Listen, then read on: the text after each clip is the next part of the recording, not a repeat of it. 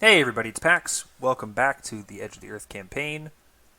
Thank you very much for watching. If you've been watching up to this point, I really appreciate it. And let's head into the scenario.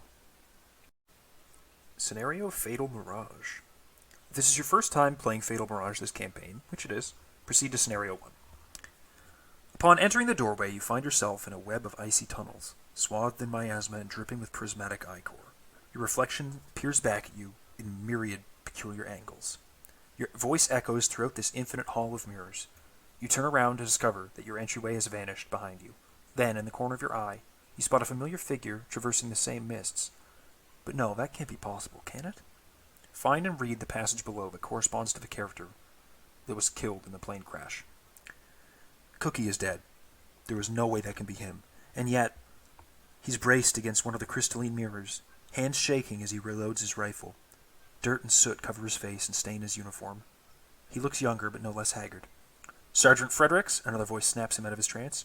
Germans broke the line last night. They're circling around. We have to get out of here. As quickly as it appeared, the Mirage vanishes. What the hell is this place?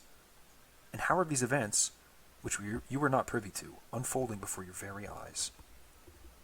Before we get into the actual scenario setup, though, let's quickly go over the deck upgrades that we're doing for Amanda and Stella.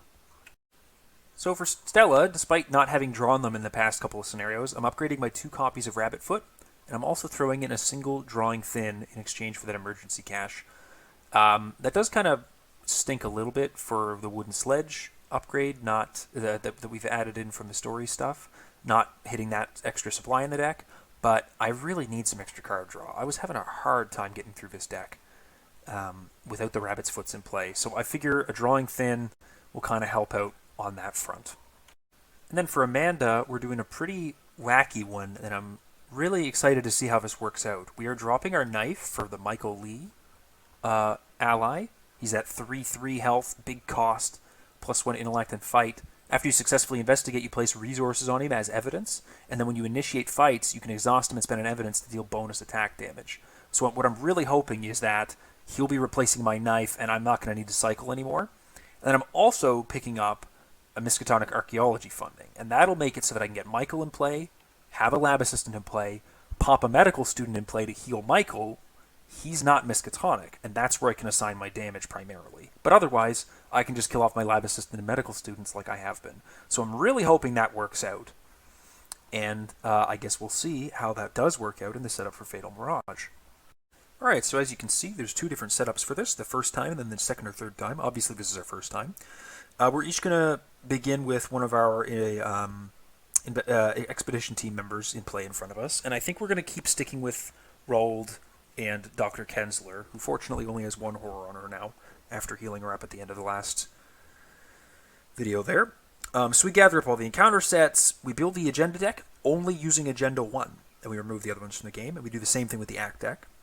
We put a location called Prisons of Memory into play, revealed side face up. We all begin there, and each other location is out of play. There are a lot of locations in this deck in front of me. We set each of the following cards, the 9 Memory of enemies and the 9 Resolute Story assets, which seem to be upgraded versions of our expedition team. And then, based on difficulty, we add some Doom, we get our Tekalili weakness deck set up, and we shuffle the remaining cards to build the encounter deck, and we're ready to begin, except for one thing, which is the Mirage rules on the next page. The Mirage keyword represents locations that are manifestations of your memories and the memories of your companions. These locations have no unrevealed side, and therefore enter play with their revealed side face up. Instead of an unrevealed side, these locations have story cards in the reverse sides. These story cards allow investigators to travel deeper into the strange Mirage and unlock new memories in the form of locations or encounter cards. The number indicated by the Mirage keyword represents how many clues are required to flip it over, while the card titles in parentheses indicate what memories might appear as a result. As a free triggered ability, investigators in a Mirage location may spend the indicated number of clues as a group to flip it over and resolve the story card on its other side. When a location with the Mirage keyword enters play, including during setup, for each card indicated by its Mirage keyword that is already in play or in the victory display, reduce the location's clue value by its Mirage value. Note, this is less likely to occur the first time you play through Fatal Mirage, but is much more likely to occur during subsequent playthroughs. Now, unfortunately, I believe this is the last time we get to play Fatal Mirage in this campaign. You get them after part 1, after part 2, and after part 3. Scenario 1, part 3, scenario 2, and scenario 3. So I think this is the last time. If you had a rough scenario 1 where you lost a couple people, you can get it 3 times. But it sounds like we won't be doing that, so I'm not going to bother reading the example. A location is cleared of mirages if every card indicated by its mirage keyword is already either in play or in the victory display. A location that is cleared of mirages cannot be flipped over again. Alright, let's hop into Fatal Mirage. Alright, we're all set up on the board here. We've got the Prisons of Memories in play. We've got our acts and agenda together, all of our stuff off to the side for setup. We're playing Fatal Mirage, minus X for skulls, the number of story cards in the victory display, with no limit. Cultist, -2 if you fail, place one of your clues in your location. Tablet, if you fail, you must either move to the Prison of Memories or shuffle the top card of the Tekilili deck into your deck without looking at it. Elder Thing, finally, -4 if you fail, place a Doom on an Eidolon enemy in play. But let's do our opening hands for Amanda and Stella before we get too far into reading the agenda and act and the location itself. Because technically we're supposed to have already done this, but you know me. If you've watched any of my videos up to this point, I'm not particularly good at doing this stuff in the right order. 2 shortcuts, a lab assistant to perception, whispers from the deep, goes away for a Michael Lee. He's nice to see early.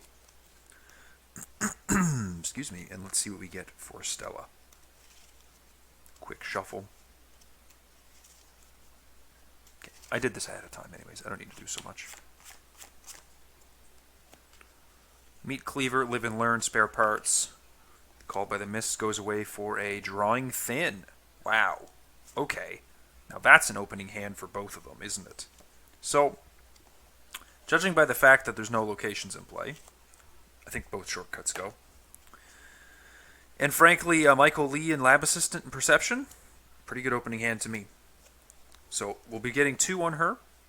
I think that the spare parts is not super usable until we've got our dynamite or one of the other ones that we need to put supplies onto. But the rest of these are actually quite good to have, I think. Maybe we'll pass on the Neither Rain Nor Snow, get that again later, but we'll keep that Live and Learn, because that's a really good action efficiency at the start of the game. Look what I found in a small radio. Okay, and then for Amanda, a deduction and a promise of power. Wow, okay. Perception and deduction, that is a really good opener for her. Let's shuffle these cards away really quick. And we'll take a read of the agenda and the act and the location we start at. Ethereal Tangle, version 1. You find yourself trapped in an endless prison of distorted thought. Each door is another world to discover, another memory to explore. As a free action, we can take 1 horror, move to the Prison of Memories. And then Act 1A, Shadows of the Past, version 1. In this strange alternate reality, past memories and nightmares come to life.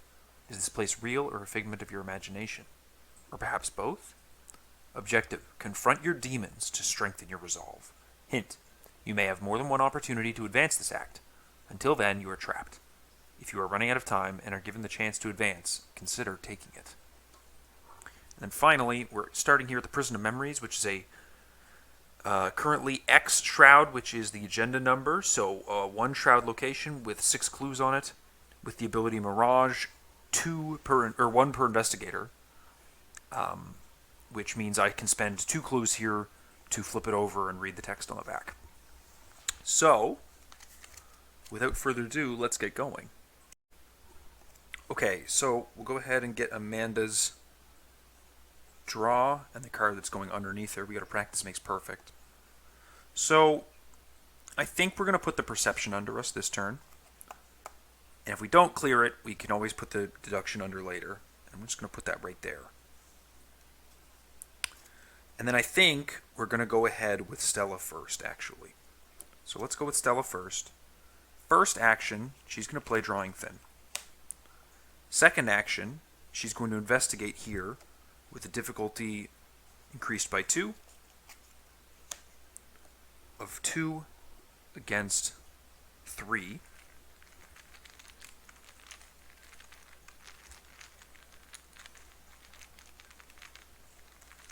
And I'm going to... Oh, yes, right.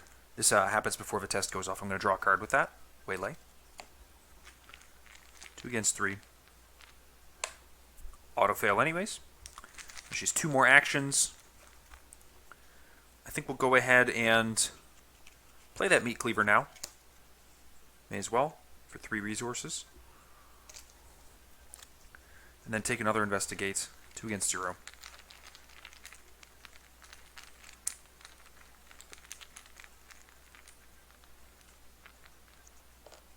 Zero. So that's a clue for Stella.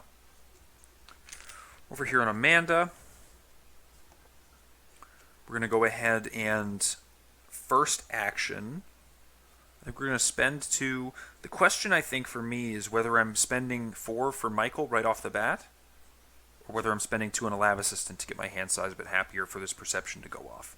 And you know what? I think I'm just going to go ahead and spend 2 and play Michael, because I am going to be able to get these resources on him as evidence so that we're a lot more set up to fight.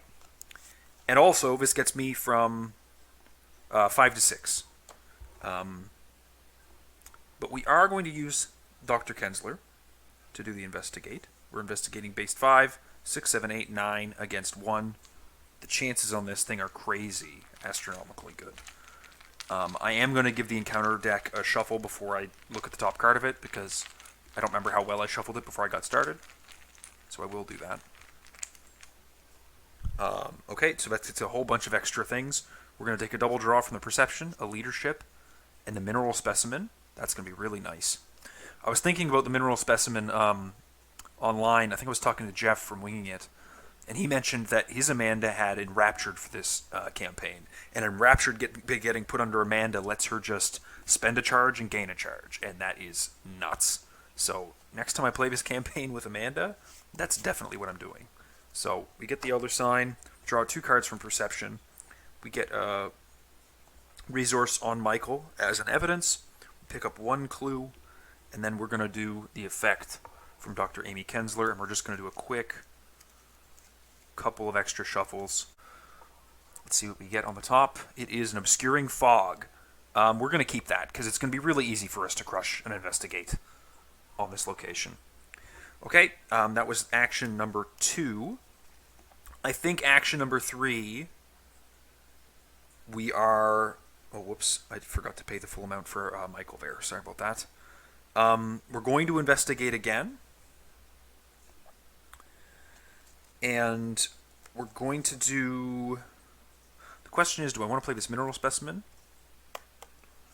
to do another really big investigate, or do I just want to investigate again and get 2 more cards? My problem with that is just that I'll be at 8, right? 1, 2, 3, 4, 5, 6. I'll be at 8, I'll draw 1 for upkeep, and then I'll have to discard something. I don't really want to discard anything this early, especially these are pretty good cards. So maybe I could commit the Leadership to get a bit more money right away. So let's do that. We'll do our last investigate, we'll put the Leadership into it. So we'll be at 1, 2, 3, 4, 5, 6, 7 against 1 for another clue. Potentially 2 cards, potentially 2 resources. Bit of a shame to burn this Leadership so quick, but whatever. -1. So we draw 2 cards from the Perception, Dream Enhancing Serum, and a Medical Student. We get 1 clue from the Prison of Memories, and after we successfully investigate, we get another evidence on Michael, and then we get 2 resources from the Leadership. Alright, pretty good opening turn. So, whoops, what's this here? It's the Waylay from Stella's hand. We'll ready up.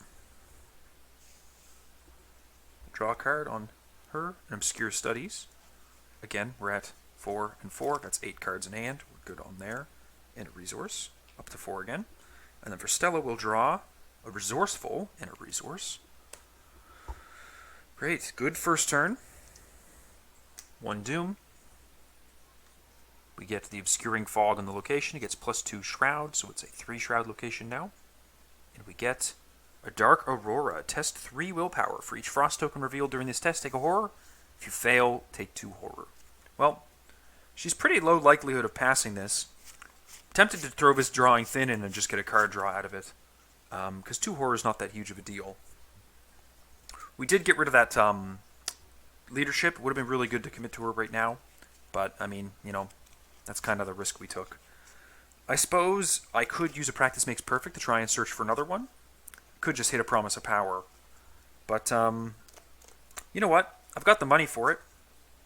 We'll give it a go. Let's go see if we can find a leadership on the top 9 cards of her deck.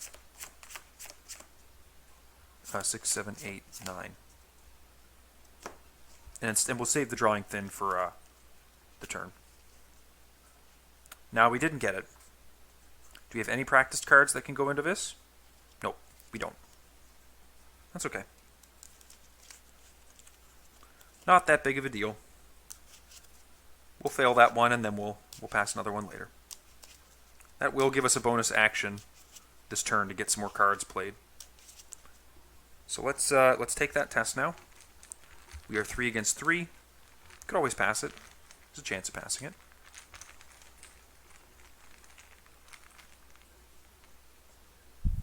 -2 if you fail, place one of your clues in your location. Alright, well, not the worst deal.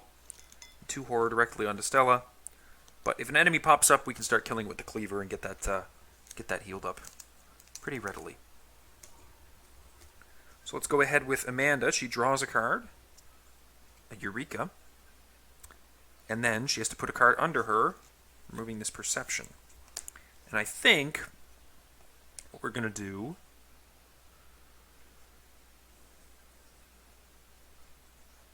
is we're going to go ahead and put that Eureka right under her. Yeah, that's what we're doing. Okay, we're going to start with Amanda. Excuse me.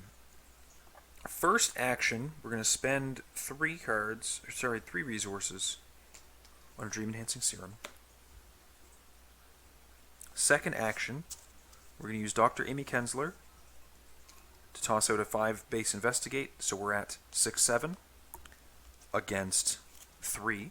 We're 4 up. Pretty reasonable to be 4 up. Happy with 4 up. I think we might start spawning the locations in a moment. It's got a lot of ground to cover. -2. So let's go ahead and trigger Eureka first. Look at the top 3 cards of the deck and add 1 to hand. A Lab Assistant, a Deduction, and a Lab Assistant. A Day of Reckoning. So that will trigger Dream Enhancing Serum on either of these 2. And I think that I'd rather have the Deduction in hand than the second Lab Assistant. I think that's just kind of a better pull right now. Get that last evidence on Michael, and he's maxed out. And then the Dream Enhancing Serum also triggers when I have the 2 deductions. Sorry. Little anal about the shuffling. And I'll draw 1 more card. It's a practice makes perfect. Great. Okay. And now that I've got both of these in hand to get going, I can just start freely committing them. Oh yeah, finally, the Obscuring Fog falls off. So that's actions 1 and 2. Third action, let's go ahead and take 1 final Investigate at 3, 4, 5 against 1. 5 against 1 with the deduction committed. Get 2 more clues.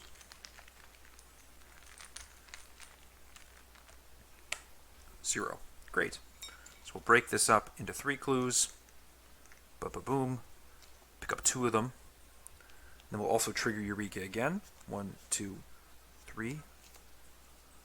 We'll take this. We'll take the Lab Assistant. That doesn't hurt. She's fine to get. Now that I've got that practice makes perfect, and I'm starting to get through the deck pretty decently, it would be nice to get that second leadership out of my decks for a bit of money boost. Or crack the case from some draws.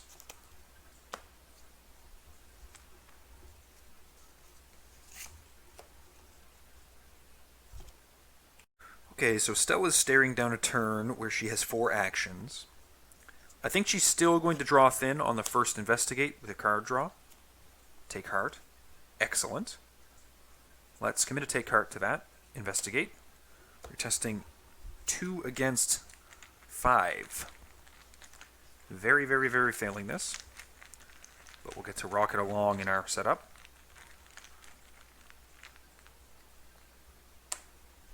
Elder Sign. Well, let's automatically fail, healing a horror. Draw 2 cards, a waylay, and a look what I found. And take 2 resources.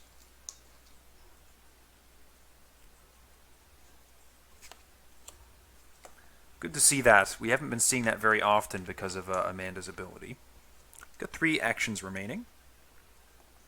I think we're going to go ahead and start spending some clues to flip this location. So we're going to spend 2 clues from Amanda to flip the Prison of Memories over once. Oh, it's a full story text here.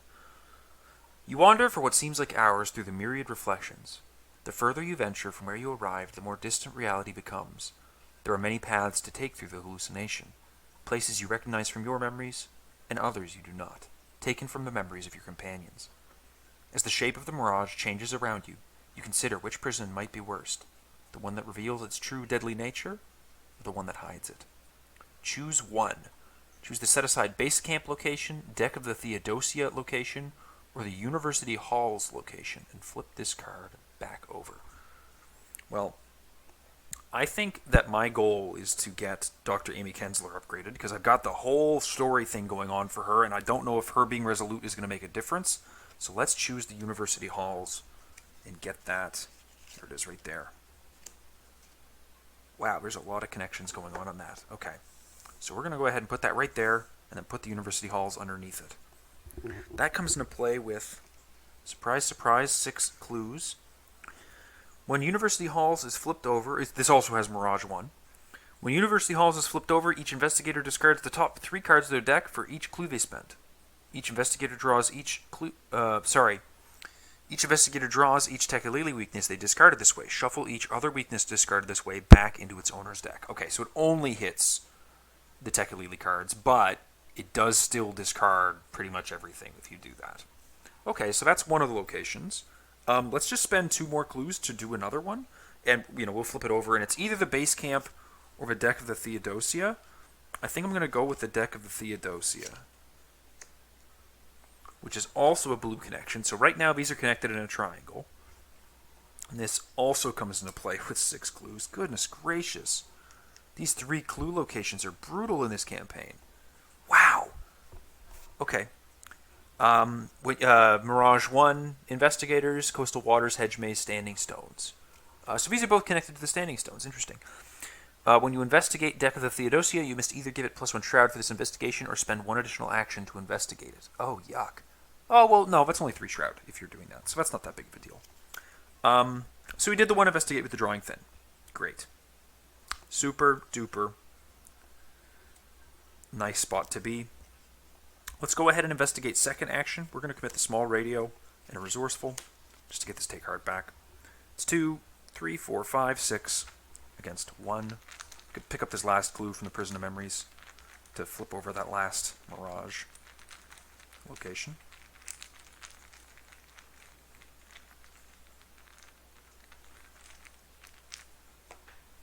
-2 if you fail. Well, I don't fail. Get that last clue. The resourceful returns this take heart to my hand. And we'll spend these last 2 clues to toss the base camp into play. And now, according to the rules, this is a location that is cleared of mirages. And it is a 4 Shroud. 3 per investigator clue location. When you would fail a skill test by exactly 1 while investigating the base camp, take 1 horror. You get +1 skill value for this test. Okay. So we got a couple locations open. These are all interconnected right now. These guys are all connected to each other. But we have some options of what to do now, which I think is a good place to be. Let's walk into the University Halls. Dirt action. And then we'll investigate here 2 against 0. Because of our 2 quick learners, it's a -2 difficulty to that. 0. So we'll break that up into clues. Pick one of them up, and that'll be her turn. Upkeep for Amanda. A green soapstone. And a resource. Am I certain I shuffled that? A little bit. And for Stella, Rabbit's Foot, level 3. Perfect. Just what I've been looking for. Just what the doctor ordered. That is exactly what I need right now. Okay, great. 1 Doom. And encounter cards for Amanda first. Nightmarish Vapors. Either lose 2 actions or shuffle the 2 cards of the Tekka Lily deck into your deck without looking at them. I think I'm going to take these 2. And yes, I did shuffle that before I got started. Don't like this treachery. It made me pretty screwed on Stella last game, but she also did not have enough card draw to get through them at a more reasonable rate. And Amanda will just suffer through these. Oops. Uh-oh. We just saw I have a magnifying glass in my deck. Beware.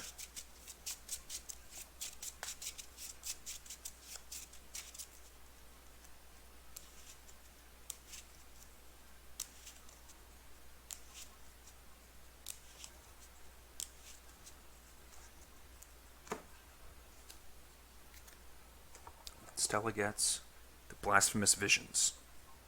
Shuffle the top card of the Tekka Lily deck into your deck without looking at it, and then put the Blasphemous Visions into play in your threat area. Oops, my sleeves are upside down off my table. Okay, not a big deal. This gives us a nice thing to go fail every turn with this drawing thin. Very nice.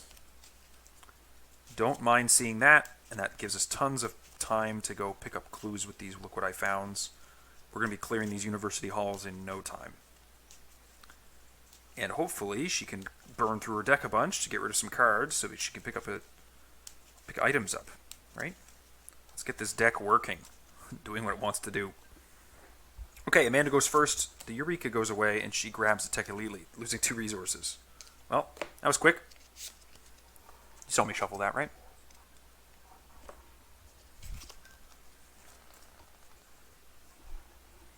And then she's got to put something under her. You know, we'll go ahead and put the deduction under her, I think, right? And then just like walk over here and try and grab a bunch of clues off of the deck of the Theodosia? Hard to say. Maybe I put a lab assistant under her or something. The problem is I have no money. We can pass 1 investigate with Amy. With a deduction and pick up 2 clues. Yeah, that's fine. I think that's fine. We'll start with some card draw later. So we'll go ahead and go with Stella first, though. So what are we going to do with her? We're first going to investigate 2 against 4. 2 against 4. We're not going to use Drawing Thin on that, I don't think. Because I do have these 2 Look What I Founds that I could try and... Actually, yes. No, we'll use the Drawing Thin on that. No. Let's do this correctly. Play the Rabbit Foot. First action. Second action, we'll test University Halls. We're 2 against 2. We'll toss the Drawing Thin into it for a card draw. That's the Tekka Lily. Discard an asset you control. Place Tekka Lily in the bottom of the Tekka Lily deck. We have to discard 2 assets we control. Let's get rid of the Meat Cleaver. Let's get rid of the Drawing Thin.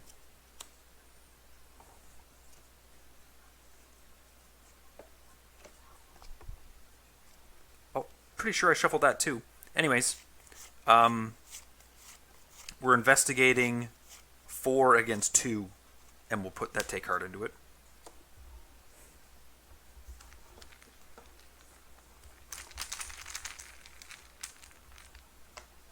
+1. Okay, so we fail by 1, so we'll trigger the Fat Rabbit's Foot, draw 1 card.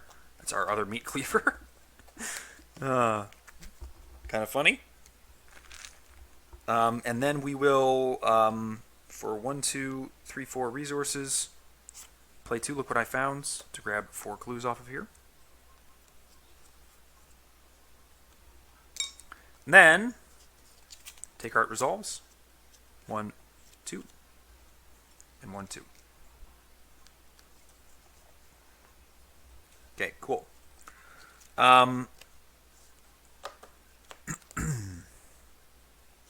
action 1 and 2. I suppose I could just do another investigate with a live and learn into it, eh? And be 4 against 2. Yeah, no point. I do need a resourceful to get this back. I cannot get that back with my scavenging, but that's okay. We'll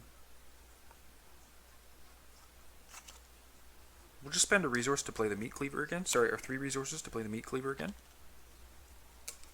And then we will test.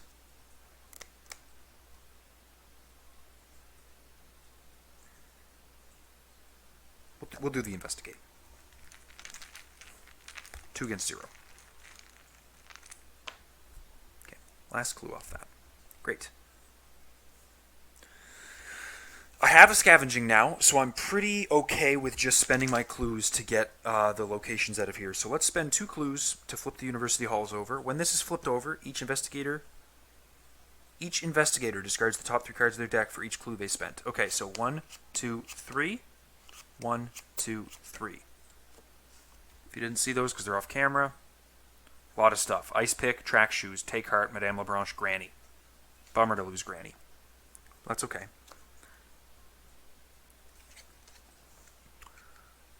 Three figures shimmer into view as they cross one another in the darkened halls.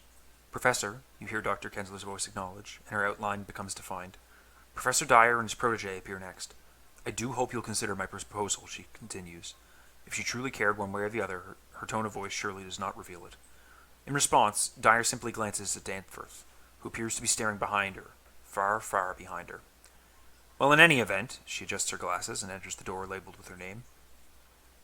Dyer shakes his head with a sigh, but Danforth is the one who breaks the silence.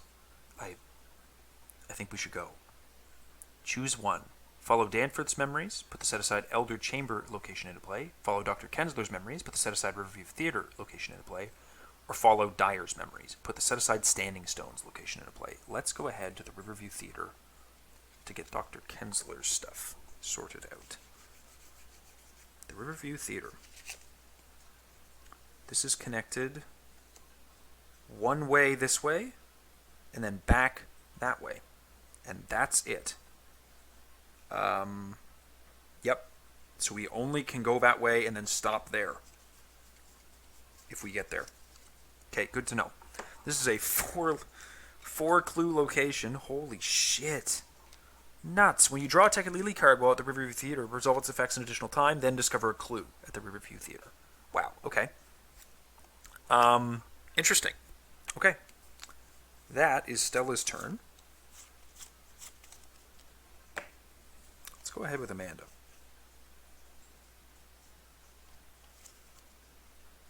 I can walk into the Riverview Theater with Amanda by going into the base camp.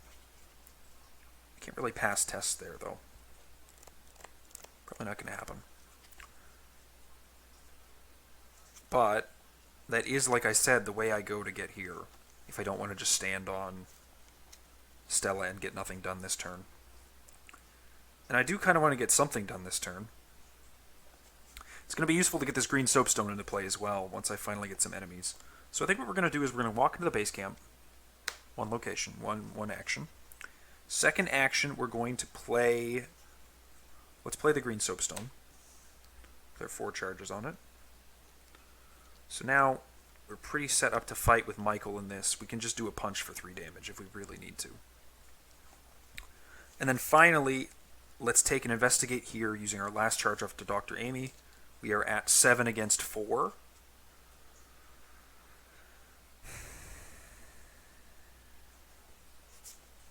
And you know what we might do, actually? Yeah, 7 against 4.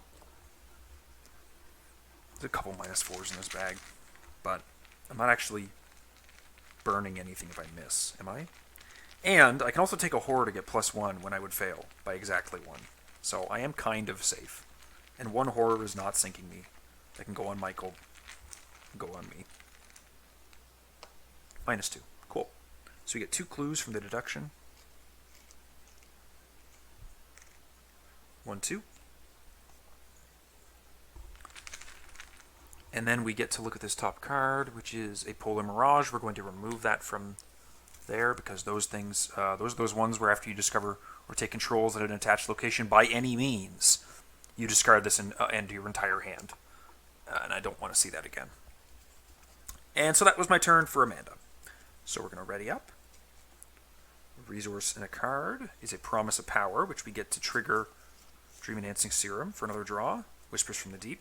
That's okay. We've got Obscure Studies that we can kind of mess around with that. And then for Stella, we get Track Shoes off the top and a resource. Remember that drawing fin is gone because now I have no money, but that's okay. We're doing fine. We're up to 3 out of 15 Doom and encounter cards. One for Amanda is another Polar Mirage. So this goes on the location with the nearest location with at least one clue. So that's going on the base camp, and I think that just means that we're done. We're done there. And then for Stella, she gets Crypt Chill, test 4. If you cannot, choose. If you fail, choose and discard an asset you control. Well, I don't want to lose this Meat Cleaver. But I do kind of want to trigger my Rabbit's Foot.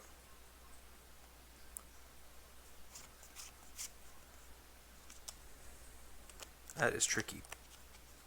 It is tricky, tricky, tricky. Yeah.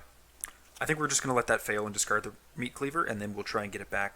Now, I see I have no money, though. Yeah, let's put the Neither Rain or Snow into this. So we are 6 against 4. Hopefully we draw enough tokens to fail it and trigger the Rabbit's Foot, but we'll see. I'd like a nice -4 or something like that. That'd be nice. It's a 0. -0. Because we have no story cards in the victory display right now. So we pass that. That's okay.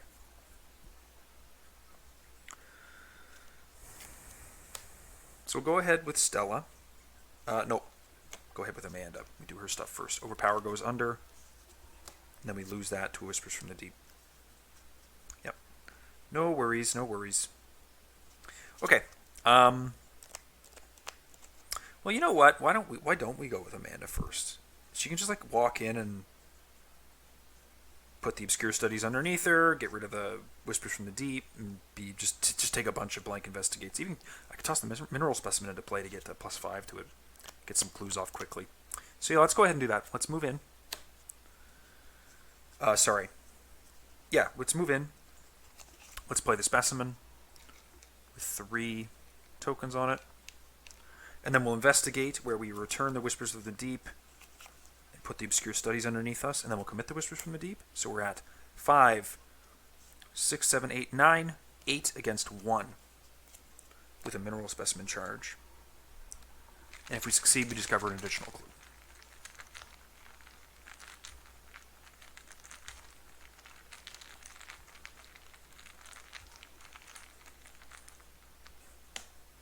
-4. So that goes away. Get 2 clues.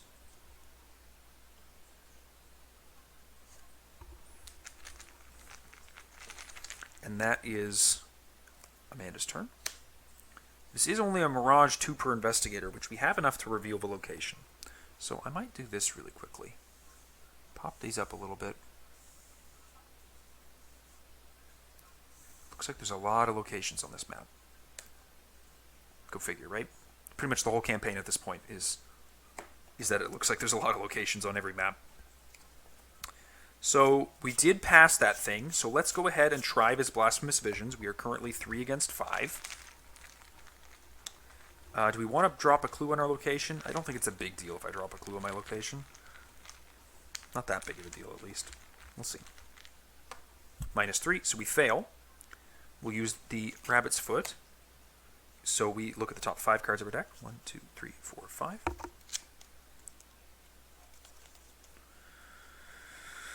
And let's get what we want to get into play.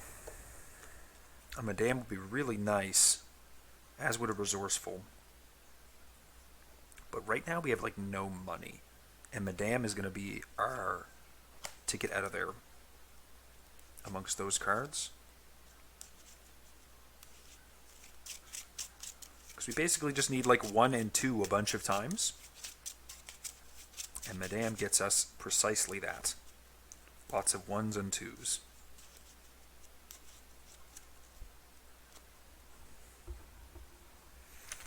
we'll wait on the turn. We'll wait a turn to player.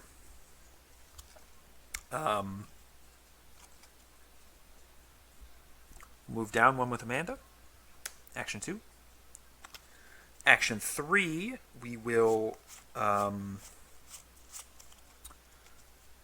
do an investigate. 2 against 0. Or will we? We spend our 4 clues to reveal Dr. Kenzler's office? It's tempting.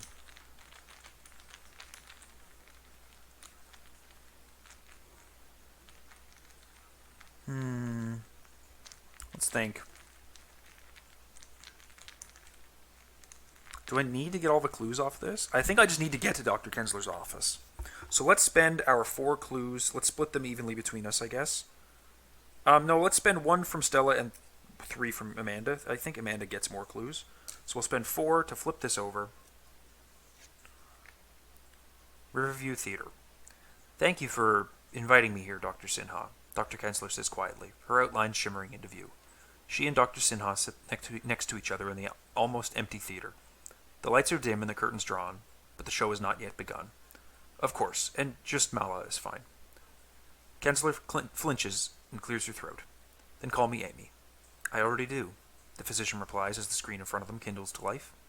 Choose one. Follow Dr. Kenzler's memories, set aside Dr. Kenzler's office location into play, or follow Dr. Sinha's memories, set aside infirmary location into play. So we're going to put Dr. Kenzler's office into play. Right here.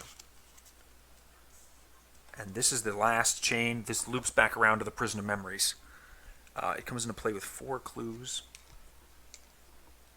3 shroud. While Dr. Amy Kenzler is at this location, he gets -2 shroud. Whoops. After you successfully investigate Dr. Kenzler's office, you must either take a horror or remove a secret from an asset you control. Ooh, yuck. We can take them off if rolled, but I think we want to get those as fast as we possibly can. We can just go and flip it with the 4 clues that we have. Anyways. Alright, I've got 2 actions left on Stella here. With all these clues at the Riverview Theater. Let's think. I kind of want to get rid of this Blasphemous Visions off me. I feel like that could be really nasty to keep having to deal with. But at the same time, I think I'm going to just get a couple more clues. I feel like I want to get Dr. Sorry, not Doctor. What is her name again? Mala Sinha. Yeah, Dr. Sinha. Get her... Presumably the other location, the infirmary, is Dr. Sinha's. So let's get a couple more clues off here to make sure that we can do both of those. 0. That's a clue. And then 1 for me. And then again, 2 against 0. 0. Should have got that scavenging into play, I guess. Alright, and that's Stella. So we ready up. We ready up. Draw a card. Med Student. That triggers our Dream Enhancing Serum for another card. The Day of Reckoning finally is upon us. So let's get that Elder Sign the hell out of here. That was the quickest I've ever found that thing in the bag. And then Stella, we need a resource. And Stella gets Dynamite and a resource. Perfect. Dynamite is quite nice because it gives us a nice big fight boost for Meat Cleaver in case an enemy pops out. Play it back with the Scavenging for free after we get Madame. A lot of cool stuff that can happen there. Okay. For Doom. Evanescent Mist. Attach Evanescent Mist to the nearest location that is not cleared of mirages. Place 2 clues on the attached location. In order to flip the attached location over, investigators at the attached location must either spend 2 additional clues as a group or take 2 damage. If the attached location is cleared of mirages, discard the Evanescent Mist. Oof. That is nasty. So this just gets 2 more clues on it, and we might not be going to see Dr. Sinha, or we might just have to spend a bunch of clues to do it. Stella gets Crypt Chill again. Okay, well, you don't have a way to dodge it this time, so I guess we're losing that Meat Cleaver, but that's okay, because we have the Dynamite now, and I think that Amanda is plenty set up to fight. So we're testing 3 against 4. And I don't really want to toss anything over from Amanda. 3 against 4. Let's see what we can get. -2. Okay, so we're 1 against 4. That means we look at the top 3 cards with Rabbit's Foot, Spare Parts, Neither Rain Nor Snow, and another Rabbit's Foot. Tempting to lose the Rabbit's Foot and then just play a Rabbit's Foot over it.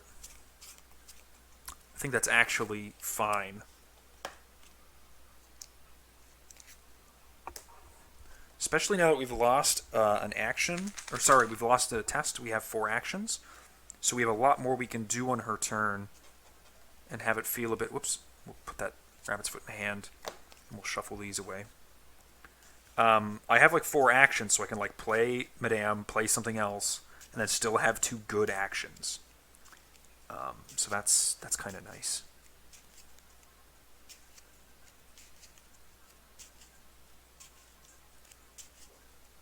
Now,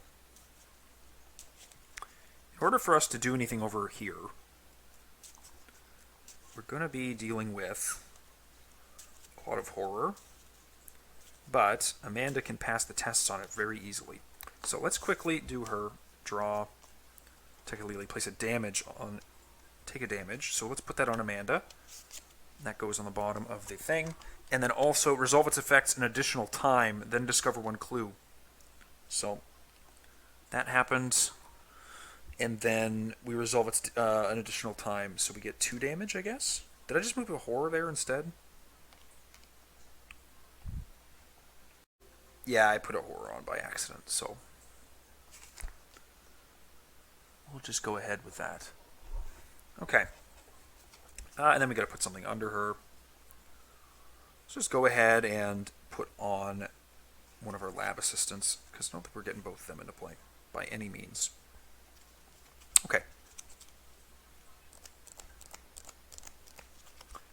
Let's start with Stella, and let's have Stella go and get a couple clues off to Dr. Kenzler's office, I think. Actually, no, she needs to do her setup. So we'll spend 2 for Madame,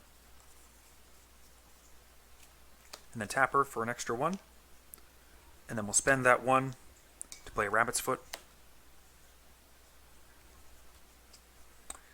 And then we'll move down to... Oh, should I? Should I just get more clues here? No, we'll move down. And then we'll investigate once, 2 against 1. And if I fail this, I can just use my Rabbit's Foot to draw a card. Because I did just play it, right? It's a new one. Brand new Rabbit's Foot. Got a lot of zeros in here, though. -4. Yep. So we do fail, but we get to draw a card. Spare parts. So we can get the dynamite and the spare parts. We'll have a scavenging next turn. So we're getting a lot more set up here with Stella. Okay. Great. Amanda will scoot down to Dr. Kenzler's office with Stella.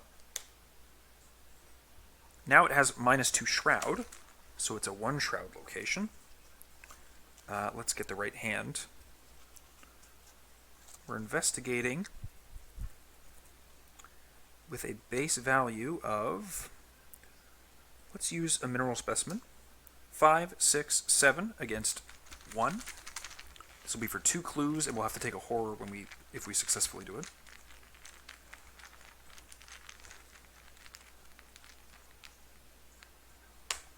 +1, so we get 2 clues. And then we have to take a horror or remove a secret from an asset we control. Now, we don't control any, so we'll take 1 horror. And then the question is, do I want to play a medical student to just heal some of that? Or do I want to keep going?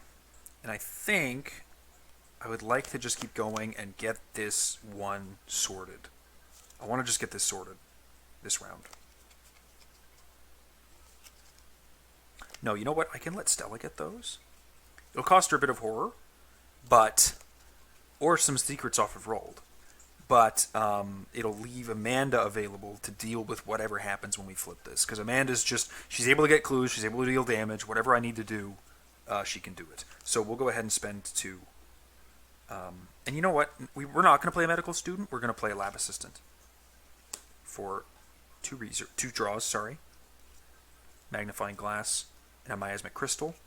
And we'll just put that magnifying glass into play as well. We're starting to get pretty set up over here. And that is Amanda's last action. Great. Okay.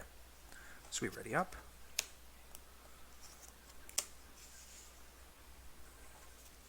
Draw a card and gain a resource. It is a Dream Enhancing Serum, which we do not trigger Dream Enhancing Serum off of. And for Stella, we get a wooden sledge and a resource. That is our triple agility icon one. Good to see all these. We can start committing these into big tests we really need them for. Great. We are at 5 out of 15 Doom. And encounter cards. Amanda gets the Nebulous Miasma. When you end your turn at the attached location, each card you control... Oh, by the way, she's supposed to have a damage on her, or a sanity lost on her from the campaign log.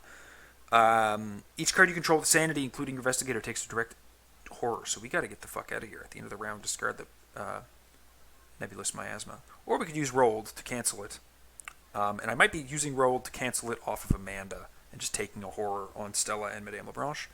And then Stella gets Glimpse the Unthinkable. Draw the top card of the Tekalili deck and resolve its effects. Shuffle it into any Investigator's deck instead of placing it on the bottom of the Tekalili deck. If no Tekalili weakness is drawn by the effect, this gains Surge. So, we have to resolve the effects of each Tekalili weakness we draw an additional time. So let's get... Lose an action, otherwise lose an action during your next turn. So Stella only has one action. And then let's shuffle this into poor Amanda's deck. Because I think we don't want to lose that many actions again. Those are like especially awful to lose on Stella. Got to get rid of this Blasphemous Visions, I think. So we have one action and it is at +2 difficulty. So I think we're just going to be playing some stuff this turn. We're just going to play a card. And we will cancel. We'll tank the Nebulous Miasma and then we'll cancel it next round for Amanda. Okay. So, she loses her lab assistant, and then she draws a shortcut.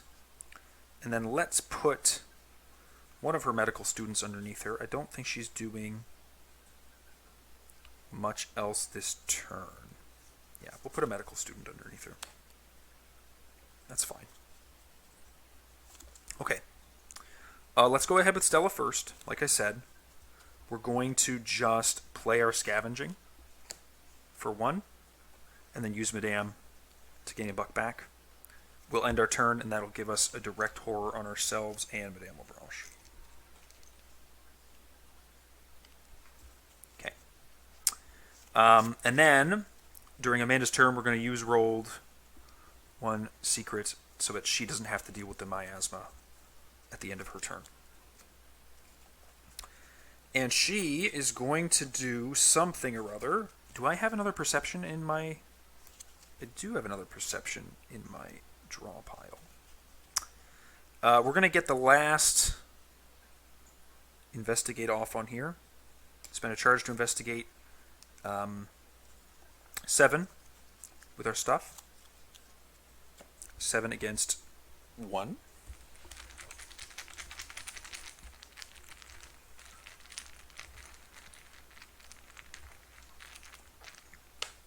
Skull, -0.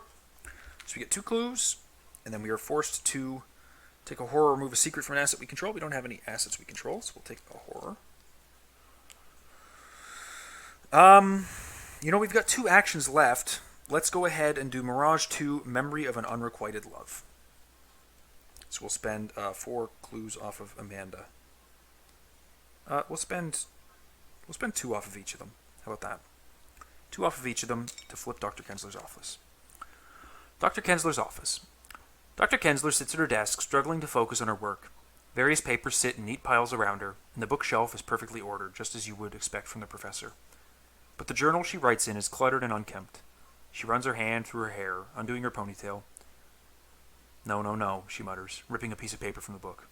You spot a photograph serving as a bookmark, keeping her page as she shuts the journal angrily. She opens one of her desk drawers and throws the crumpled paper inside, barely noticing the way the drawer bubbles over with miasma and the putrid gray mist emanating from within. Spawn the set-aside memory of an unrequited love at this enemy. At this location, flip this card back over. Memory of an unrequited love. It is a 4/6/3, 3 per investigator health. Prey investigator with Dr. Amy Kenzler, so it's going into Amanda's area. Alert. After you discover one or more clues at this enemy's location, deal much damage to this enemy. When this enemy is defeated, flip it over and resolve the text on its other side. It has 1 damage and 1 horror. Okay, well you have to deal 6 damage to him all of a sudden. Let us try and see if we can do that. Okay. We'll... Ooh, that's a little tricky, isn't it? So we'll take a punch. We're currently 2-3 against 4. We'll put in a practice makes perfect. 3, 4, 5, 6, 7, 8, 9. Get a vicious blow, leadership. I think we need to do the vicious blow.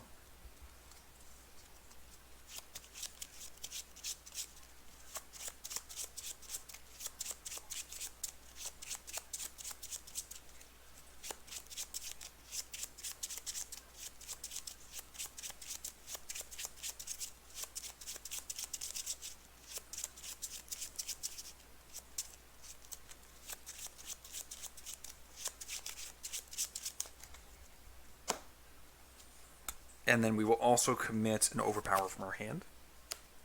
So we'll be attacking 1, 2, 3, 4, 5, 6, 7, 8. 8 against 4. Yeah. I think 8 against 4 is about as good as we're going to do. I'm going to have Stella toss this dynamite in, though, to be 11. 11 against 4. Because I'd really like that vicious blow to hit for the full damage.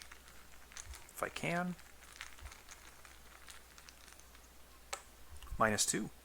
Perfect. Brings us to like 9 against 4. So, overpower. We'll trigger that first. We're going to draw 2 cards. Tekelili, losing an action. So, I believe we just ended our turn because of that.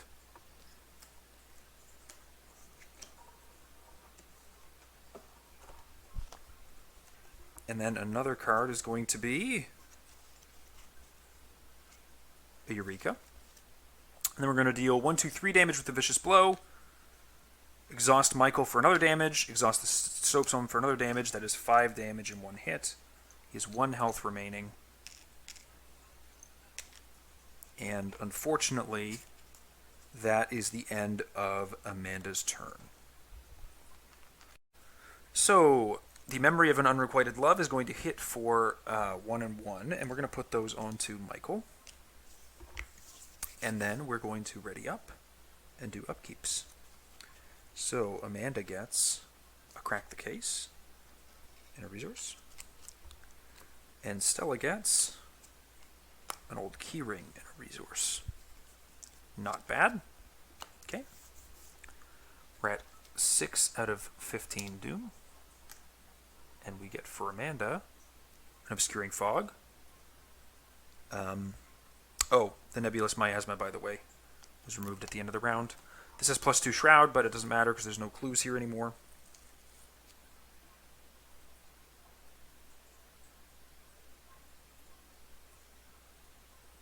And then for Stella, we get the Evanescent Mist. The nearest location that is not cleared of mirages. I believe that goes to one of these two, because this isn't connected backwards, right? This isn't connected backwards, so it has to go to one of these two. Let's go ahead and put it onto the base camp, because I think if we're going to go anywhere, we're going to come back this way, or we're going to come that way. Yeah. Okay. Amanda has to do her thing, where she draws an Overpower. She only needs to hit this guy once with an Overpower. So do I really want to put it underneath her? Not sure. It's a tough question. I don't think so. But I may as well, I think. Actually, you know what? No, I better just stuff away something I don't really need that much. I'm gonna stuff away this Dream Enhancing Serum.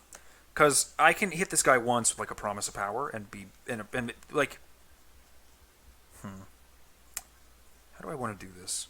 That is tricky. I'm just gonna stuff that under and deal with it in a minute. Yeah. Okay.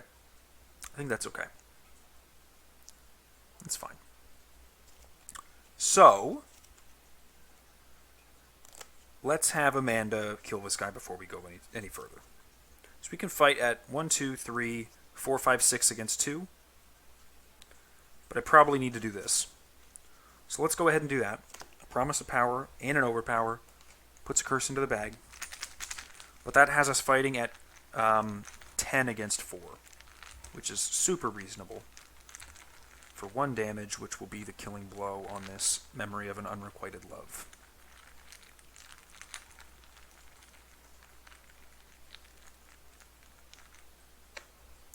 Zero. So we draw 2 cards with the Overpower. Another shortcut, which is going to give us Dream Enhancing Serum draw. But our other one is a Dream Diary, and then the Dream Enhancing Serum is a Vicious Blow. So we're looking pretty good on what we've got in hand. That's going to deal the final damage to the Promise of the Unrequited Love that we needed. And we're going to flip him over and resolve the text on its other side.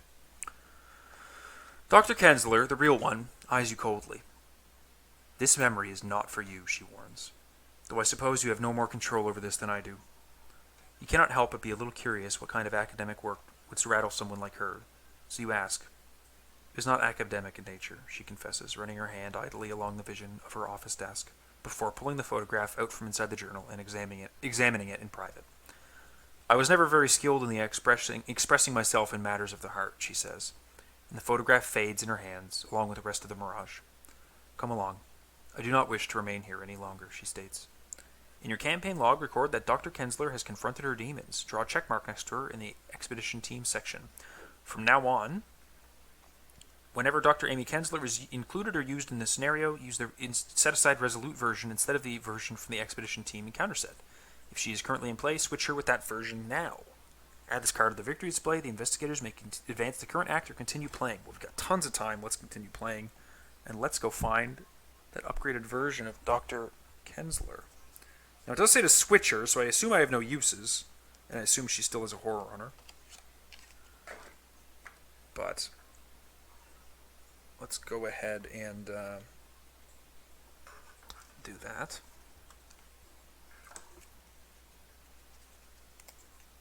Yeah, something like that. Okay, so what is she now? Let me just show her to the camera a little bit. She's all the way over here, and you can't probably see her at all. Exact same art. Not really readable.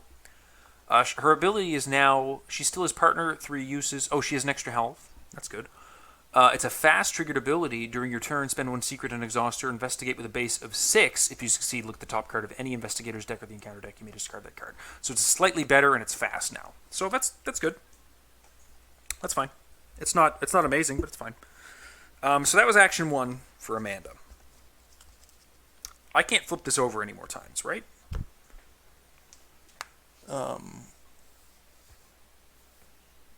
Because the Memory of an Unrequited Love is in the victory display. So I can no longer flip this over. So, I can use this ability to take 1 horror, move to the Prison of Memories, and I am going to do just that. So we're going to put 1 horror on the lab assistant. It's the most we can. We're going to move up to the Prison of Memories. We're going to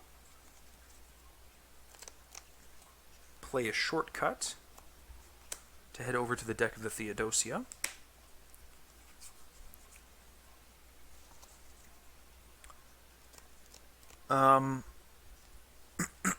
Excuse me. I've just done the 1 fight. Well, let's investigate. We're 2, 3, 4. 4 against 1. We can either spend additional action or give it a shroud. +2 shroud. Oh, yeah, right. That might be a lot of shroud, eh? That is quite a lot of shroud. 1 up is not great odds against this bag. Especially now that I have a card in the victory display. You know what? Let's just play this Miasmic Crystal. Get that into play. Help smooth out this Tekalili nonsense. It's action 2. And action 3, I might just draw a card. I think I'm just going to draw a card. A Perception. Great. So that'll be good for next turn. Okay. That is Amanda. Then over here for Stella, rolled should be readied. I suppose she's going to end up doing the same thing, isn't she? There's nowhere for her to go. Oh, she can just move. Does it hurt for her to just move? Not really. It'd be nice for me to have an extra resource for this track shoes.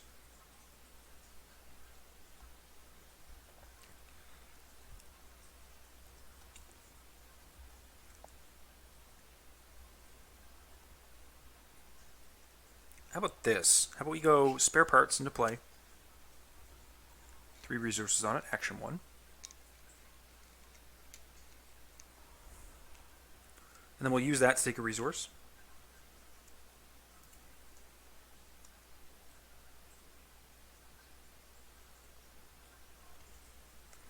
And then we'll play a track shoes.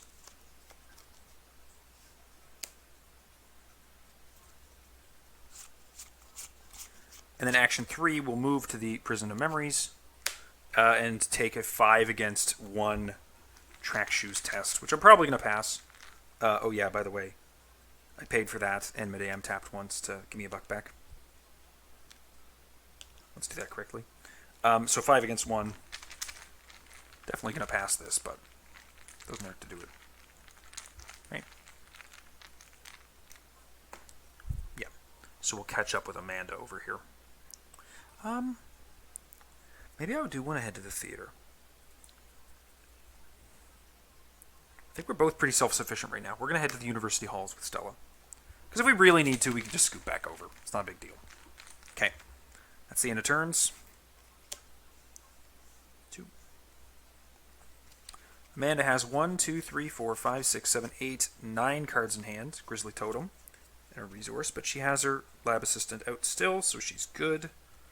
And then Stella has 5 cards in hand and draws a Resourceful. Resourceful can get us back some stuff that we were pretty sad to lose, like the Drawing Thin. Could also just get us back Granny. Neither Rain nor Snow would take heart. Drawing Thin might be really nice to get back, though. Okay. 1 Doom. And encounter cards. For Amanda first. Dark Aurora, testing 3 willpower for each frost revealed. Take a horror.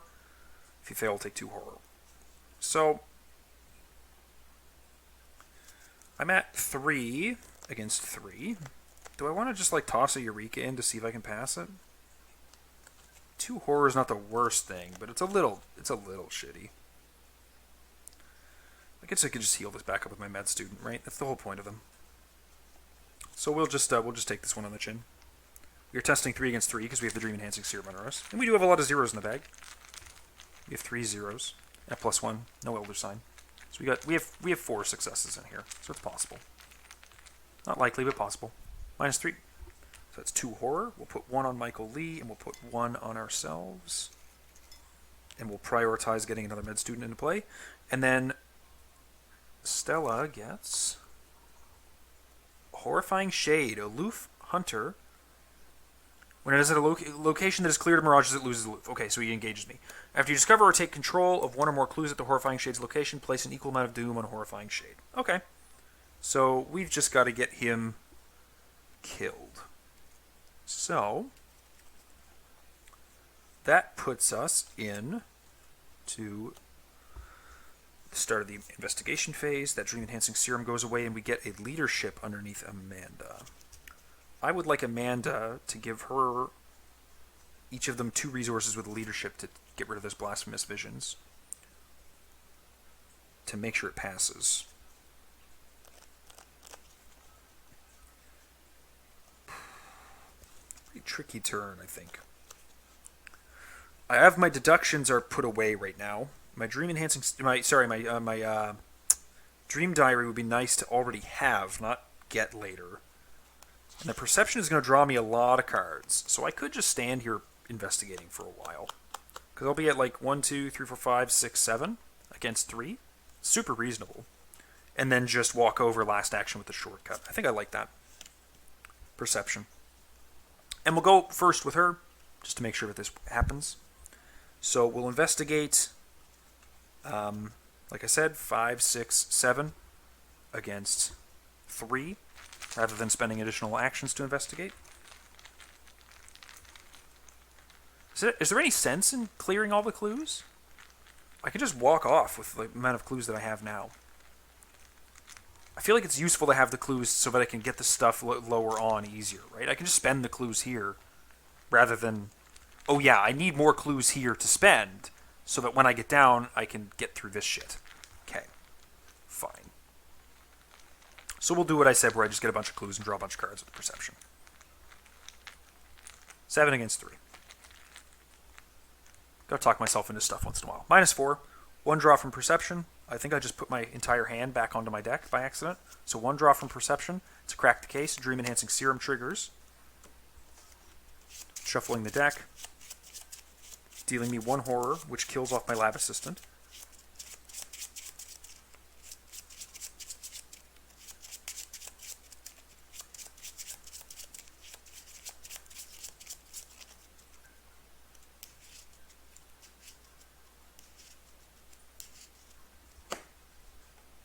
Another perception. Lab assistant is toasty toasty. And then I get a clue from over here. 1, 2, back on the location, and 1 to me. Let's go ahead and play that medical student, actually. Healing damage and a horror off ourselves.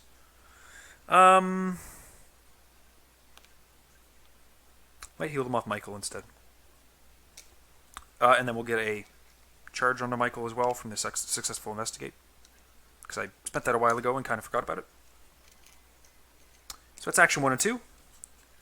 Action 3, let's just go ahead and investigate again. And we're going to put a couple... I don't think these crack the cases are going to be super useful. We're not clearing the clues off here or here anytime soon. So let's just get these out of my hand. Actually, no. We'll put a Eureka in along with the crack the cases. So we'll be like crushing this test, right? It was 7, it's 11 now. 11 against 3. We'll get quite a few cards. Quite a bit of... Get to dig a little bit with my Eureka. And I can just commit a bunch of shit to... -2. So we're 9 against 3. -1. So that is successful. Put those crack the cases away. We'll use perception first. We'll draw the top 2 cards. Overpower and leadership. Oh, great. I can toss 2 of those leaderships to make sure that the super passes and I get like 4 resources each. Curse goes away, obviously.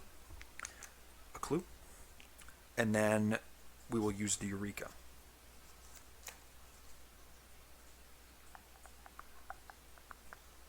Ooh. Let's take the deduction, I think. Okay, that was last action.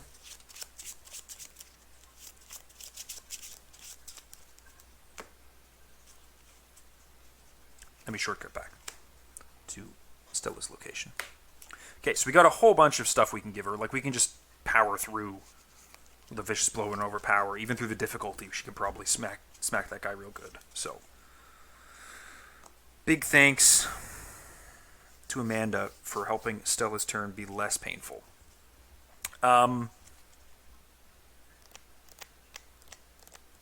Okay, Horrifying Shade is on us. I could fail my first attack if I wanted to. What would that do for me? My first attack, I could attack 4 against 3. I may as well fail it, right? There's no sense in not failing it, I think, because I can get the draws from the rabbit's foot. But I would like to not fail. Does it matter how much I fail by? I guess that's a good question. No, it doesn't. So I'll just take a punch. I'll just take a punch because it doesn't matter how much I fail by. 3 against 5. 0, so I fail. I get 2 draws. Sorry, 2 cards and I get to draw one of them. Let's take the Scavenging, which I still haven't gotten a use of yet, this scenario. I'm going to want to before this deck redraws.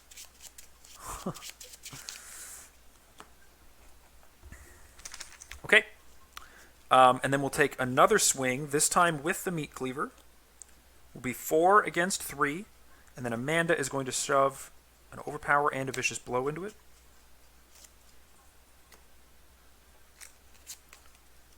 So it's 9 against 3.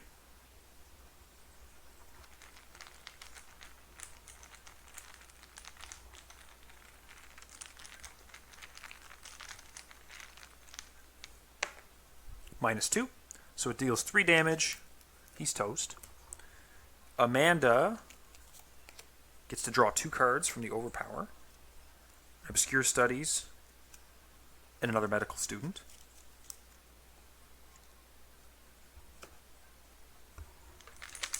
And then Stella actually gets to heal a horror because the attack defeated an enemy. And then next, she's going to test this Blasphemous Visions off of her at 3 against 1. Let's just like toss both of these leaderships in to get like +6. So like 9 against 1.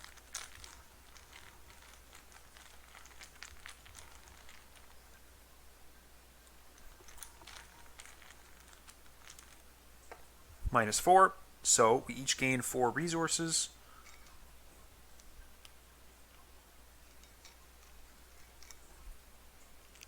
And this is finally gone. We have 1 action remaining. Is there anything I want to play out of my hand?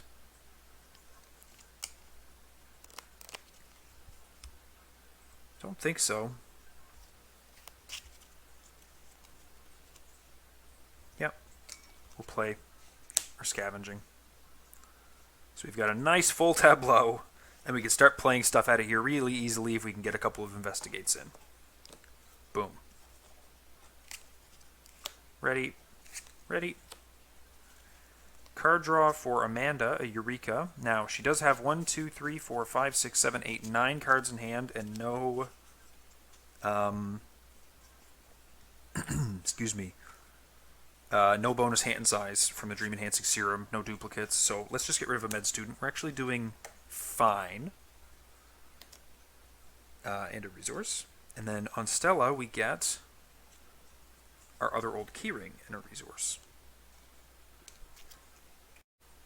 Okay. 8 out of 15 Doom. We'd like to get some more progress going on here. And then we get for Amanda, the Primordial Evil. 3/5/1. When you deal any amount of damage to the Primordial Evil, shuffle the top card of the Tekelili deck into your deck without looking at it. If you cannot, it attacks you. Hunter Retaliate. 2 damage, 1 horror. And Stella gets Anamnesis. You must either take 2 horror or place 2 doom on the current agenda. Alright, we'll be taking 2 horror. Let's not fuck around with any nonsense about that. We're just going to take the 2 horror. Okay. So Stella needs to kill this guy. Let's draw a card. Dream Enhancing Serum. Yeah, well, the Perception's gone, and the Vicious Blow is clearly going underneath her. Problem being, can I deal 5 in 1 hit? I think so. So Amanda will go first. Is there any reason to put that underneath her rather than put something else underneath her that's more useful generally for the rest of the turn? I don't think so. I don't think there's a whole lot more she can do on this turn, because if she has to do a fight and a move, there's nothing she does at this location. So that's all she can really do. So we'll just put the Vicious Blow underneath her. We've got the Soapstone and Michael leave when more enemies pop up. So first off, she'll take an attack. She's at 2, 3, 4, 5. We'll get to 6, 7, 8, 9 against 3. That's 6 up.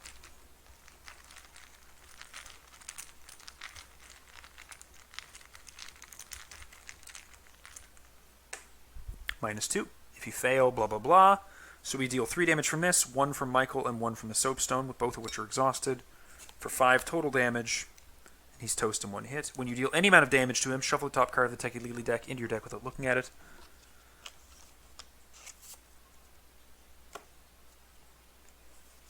It's okay.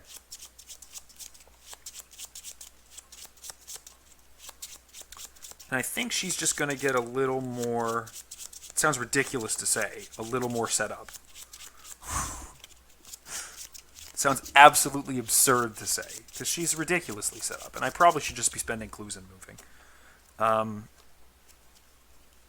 this Grizzly Totem and Dream Diary are burning a hole in my hand, and I'd love to get rid of them. So, 1, 2, 3, second action for a Grizzly Totem, and then 1, 2, third action for the Dream Diary.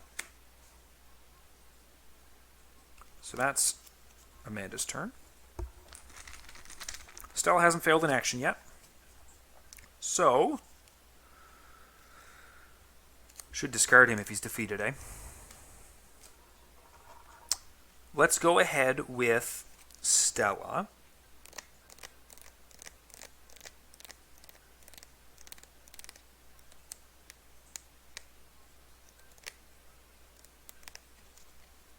Let's go ahead with Stella, and let's get going on clearing off this Riverview Theater so that we can go finish off the infirmary memory.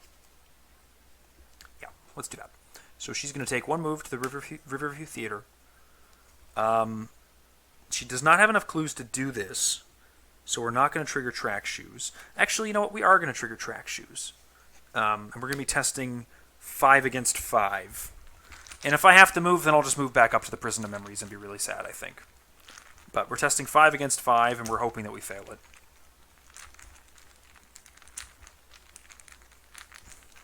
That's all I really can hope for. 0. Okay. So we do have to move back up to the Prison of Memories. That's a bummer. I was really hoping to fail that. Fuck. Alright, well, you know, it is what it is. God damn it. That is such a waste of time. We'll move down to the deck of the Theodosia, I guess. And then we'll investigate there. And we can give it +2 Shroud so that we're investigating...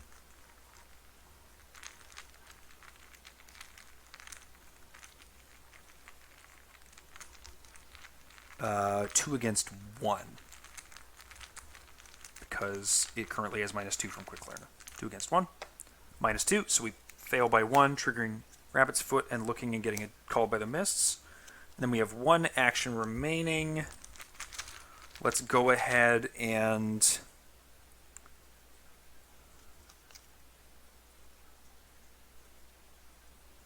play an old keyring.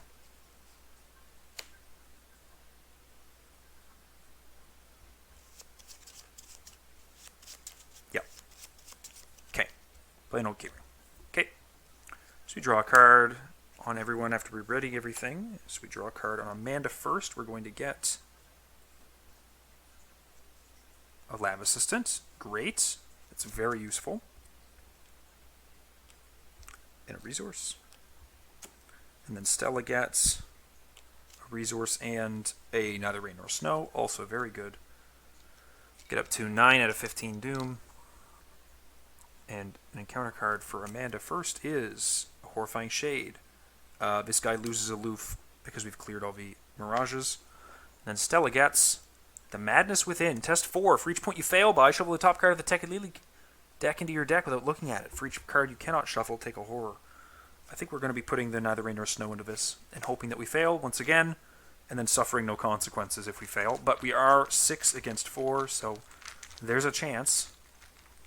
And also, we do have to take a damage because we've initiated a skill test at difficulty 4 or higher.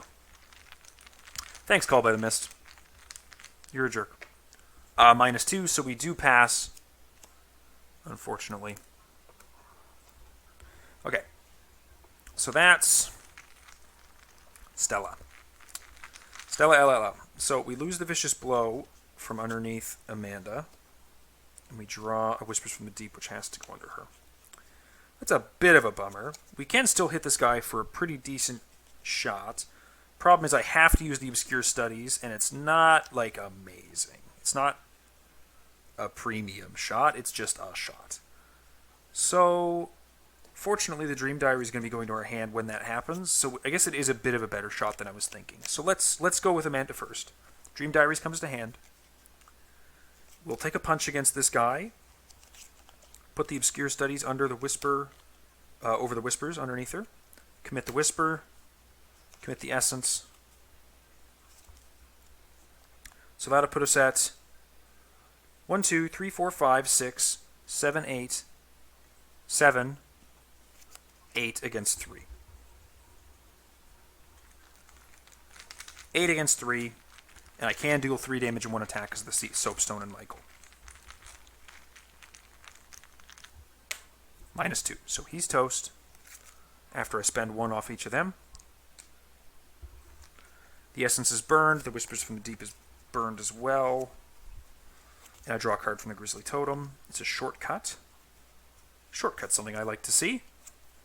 Perfect. Okay. We'll shortcut down to the Riverview Theater.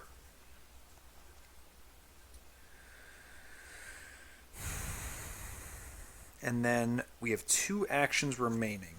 We could just do a couple of investigates, and I think we're just going to do a couple blank investigates for some clues. 1, 2, 3, 4, 5, 6. I could spend 6 to do to go through this bad boy here, and I think I am. I'm going to spend the 6 to get what's it called? The Infirmary into play, right? That's the other one that was here. We're going to follow Dr. Sinha's memories to put the Infirmary location into play. And now that both of those are in play, I think that it's cleared of memories. So there's the Infirmary. It's on the same level as Dr. Kenzler's office. 4 Shroud, 4 clues. -2 Shroud if Dr. Sinha is there. After you enter the Infirmary for the first time this game, if you have more than 6 health remaining, take 1 damage until you have exactly 6 health remaining. Otherwise, take a damage. Well, when we move in, we'll be good there. So it was move. No, it wasn't a move. It was just a shortcut and spend. So let's just move in and take that damage. Put that onto Michael. And maybe we'll save some progress for next turn. Can I get away with that? 1, 2, 3, 4, 5, 6, 7. Yeah, let's do 7 against 3. Investigate. I don't want to put a deduction in or anything. Or perception. Could do both, but I'd be worried. Like, do I have... Are those already used up? There's a perception. I could draw my second deduction with the perception, but I'd like to put that under her to get more draws next turn. Because her hand's a little empty, and that makes the dream a little bit worse. So we'll just do 7 against 4. 0 for a clue. Okay. And that's her. Right, Amanda. Sorry. Stella. Not Amanda, Stella. I think first action, we're going to go ahead. We did fail a test this turn, didn't we? We failed this. No, we passed this Madness Within. So we do still only have 3 left. Let's, I want to get the clues off of here, but I also want to get rid of this Call by the Mist. Let's just get rid of the Call by the Mist so we don't have to deal with it later. This keyring should have 2 uses on it. Forgot about those. And then we'll just go ahead and investigate here with it'll be our second action. Like, this costs 2 actions, but it doesn't use 2 of our... It costs 2 of our actions, but it's not the first and second action. It's just the first action that cost me a second action. So my Quick Learner is not active yet. So I'll be investigating 2 against 3. Yeah, 2 against 3. Get a bit of draw with this Rabbit's Foot if I can.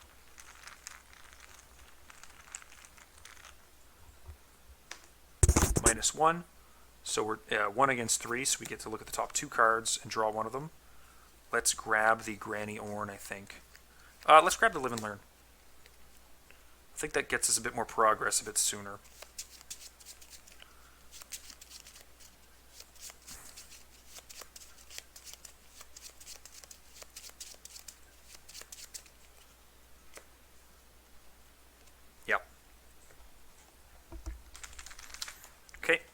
And then we get an action back, at which point we'll investigate with the old keyring this time.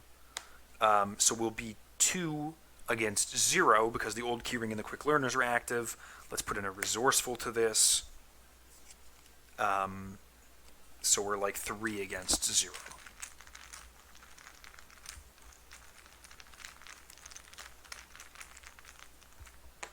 -2, so we succeed by 1.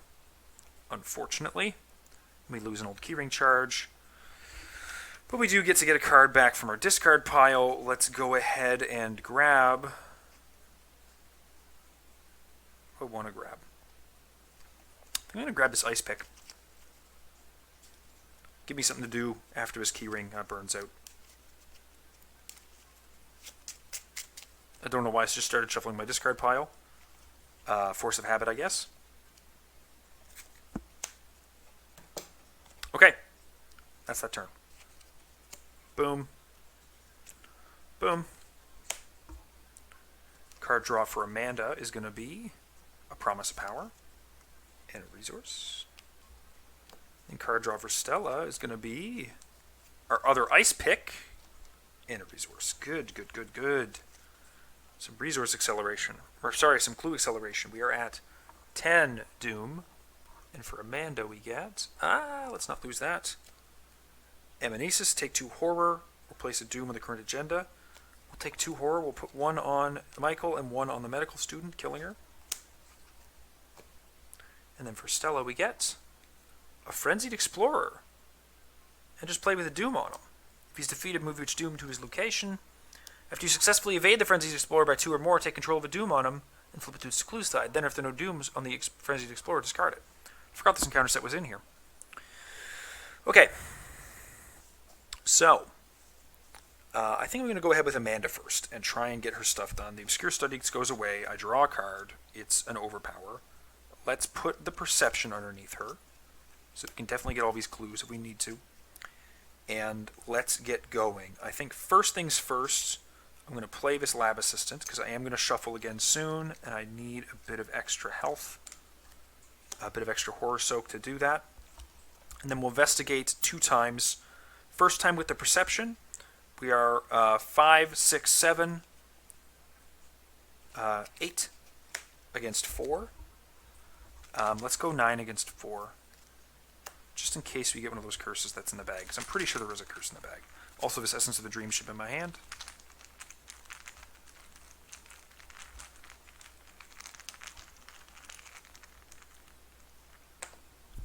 Yep. 7 against 4. -1. Okay. So we succeed by... We do succeed by 2 for the Perception. So we get 2 cards out of the deck. Practice makes perfect. In Attack Lily, discard an asset card you control. Let's go ahead and discard the Mineral Specimen. That'll be nice to get shuffled back in if we can get it back around to it. We get 2 clues from the location, from the deduction. Curse goes away. Get a evidence back on Michael, which I think I missed last turn, but that's not big of a deal. And then I also get a draw from the Grizzly Totem, which is my other deduction. Lovely. A little late, but whatever. And then we'll investigate again. This time we're going to be 5, 6, 7, and we'll just go... We'll do the same thing. We'll say 8, 9 with the Essence of the Dream. 9 against 4. -3 from 9 is 6. Yeah, that was up by 2.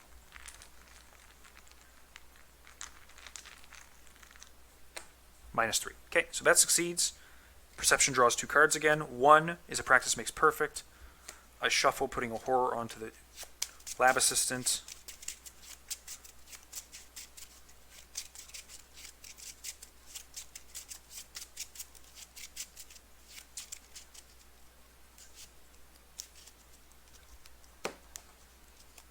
And a Medical Student, and because I have 2 Practice Makes Perfect in my hand after I've done that draw, I trigger my Dream Enhancing Serum, which is a Vicious Blow. Okay, pick up that last clue, and let's just spend our 4 clues to look at the other side of the infirmary. A young Dr. Sinha appears by the bedside, her face contorted with grief. You've never seen her so stricken. A nurse places a hand on top of Dr. Sinha. Dr. Sinha is not consolation, but she bats it away. Don't, she barks, choking back a sob. There's nothing more you could have done, Doctor, the nurse says. There's always more that can be done, Dr. Sinha shouts. We could have been smarter, faster. Her hands shake as she tries to make a fist. Black miasma seeps from between her knuckles. This is my fault. All my fault. If Dr. Mala Sinha is crossed out, move each investigator and enemy at this location to the Prison of Memories. Discard each card attached to this location. Add this card to the victory display. The investigators may advance the current act or continue playing. I think we're going to continue playing. This is a victory 2. So we now have got 5 turns left. We've got 2 cards in the victory display. The Essence of the Dream goes away. Yeah. This is used. Alright. That's Amanda. Now Stella gets to do some fun stuff with this Frenzied Explorer, which is going to be interesting.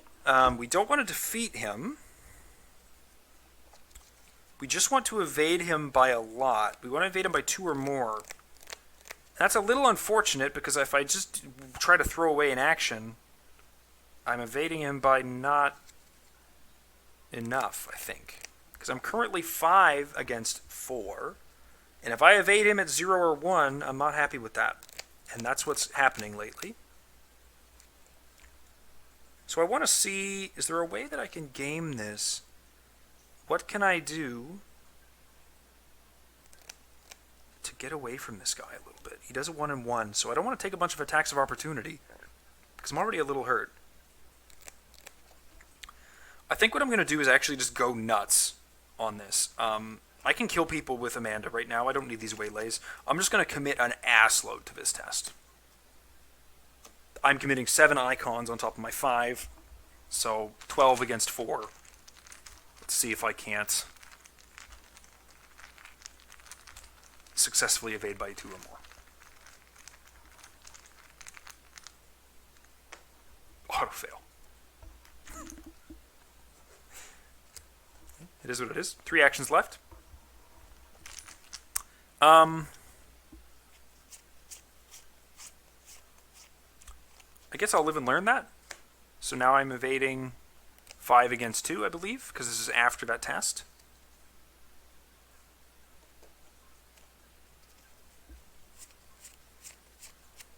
This would be 7 against 2. I think my odds on that are a lot better. 7 against 2. I'll take that. Oh, what did I just drop? I didn't put... A 0 has been sitting outside my bag somehow. That's not good.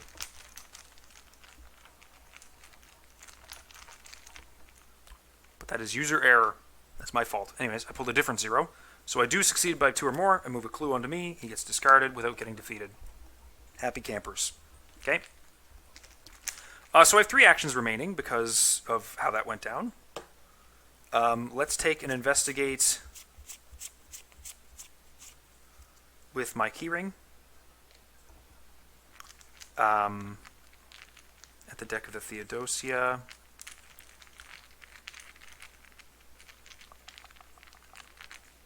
How do I want to do this? Yeah, with the old keyring.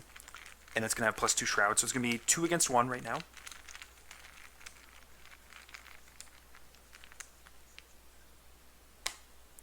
-2, so I fail. Oh, I should have done the rabbit's foot and gotten 5 cards, but I'll just do this one. I was 2 against 3. 2 against 1, I got -2, so I just look at the top card. It's a fight or flight. Okay, that's fine. That's good. And then we'll try it again. Investigating with the old keyring, spending, getting -2 shroud for the investigation. It's at 0 right now. And then in one of my free trigger abilities during the test, I'll play an ice pick for my hand for 1, discarding the old keyring.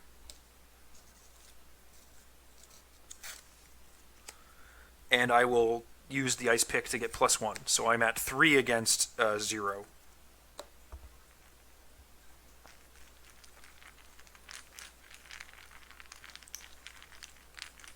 third action. 0. Okay, so I trigger both my scavengings. After you successfully investigate, blah, blah, blah. Are there any items in here that I really want to get played? Let's play the small radio. Let's play the dynamite. Those each come into play with 3 supplies on them. There's a lot going on in these scenarios, man. Holy shit. Okay. And if you succeed, you may discard the ice pick to have the attack deal +1 damage or gain an additional clue. So we'll get 2 clues off of this. 1, 2. And then I'll play my next ice pick from hand. And I will investigate again. I'll be 3 against 1 on this investigate because I don't have the key ring to fall back on, getting that to 0 shroud. 3 against 1. -3 if you fail, you must either move to the Prison of Memories or shuffle the card from the Techie Lily deck into your deck without looking at it. I'll just move to the Prison of Memories. It's not a big deal. Rather those not start stacking up again. Okay. I could do the test again. I think I will. So I'll be 4 against 1. Let's get that last glue off of it, right? May as well. 4 against 1. -4. Okay. There are no Eidolon enemies in place. We're not placing any Doom. Fine. Everything readies. My god, there's a lot of stuff going on. Okay. Amanda draws a card. It is a lab assistant, which she does not have a copy of, but she has 1, 2, 3, 4, 5, 6, 7, 8, 9, 10 anyways, and a resource. And then Stella gets a Neither Rain Nor Snow and a resource. Very useful. 1 more Doom. We're up to 12. What are we up to? 11 Doom on the agenda. Then we'll go ahead and do some encounter draws. Amanda gets Amnesis, take 2 Horror, or place a Doom. Let's go ahead and take 2 Horror. We're going to kill off our lab assistant and take 1 to the face. And then Stella gets another Frenzied Explorer. Yuck. Don't want to deal with that right now.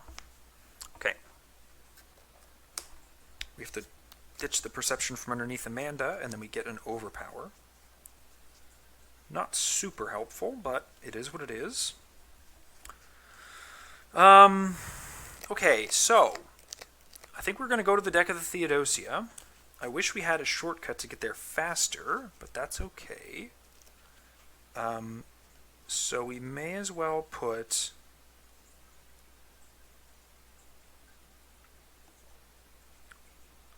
She doesn't have money to play another lab assistant. I'd really like to, though. Let's put the medical student underneath us. No, let's put a Eureka. It never hurts to put a Eureka underneath when you've got no other options. That's fine. Yeah, that's fine. Okay. This guy comes into play with a Doom on him, of course. And what can we even do with Stella? So we'll try and evade. We'll just do a super silly turn here. We'll just get Stella to waste some time dealing with this guy.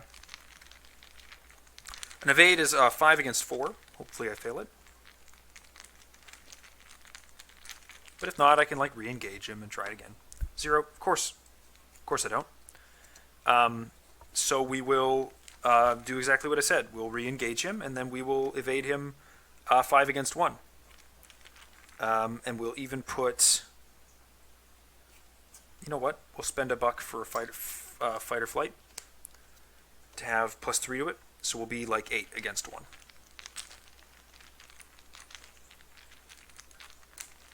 Bit of a shame. Kind of a stupid turn, but, you know, what can you do when you get that shit?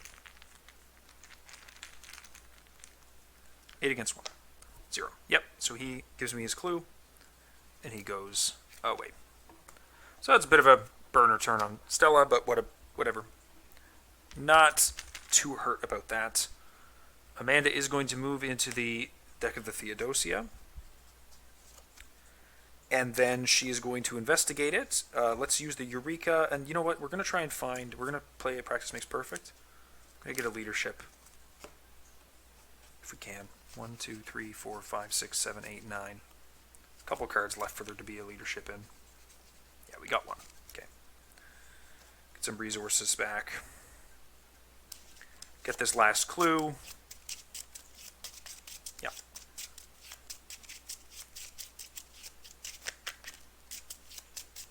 So we're investigating 1, 2, 3, 4, 5. We're supposed to have an Essence of the Dream in hand.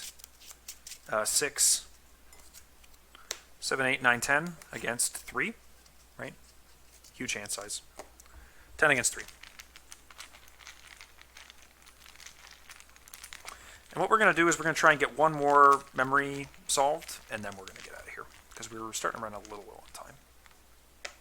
Auto fail. Lovely. Love to see it.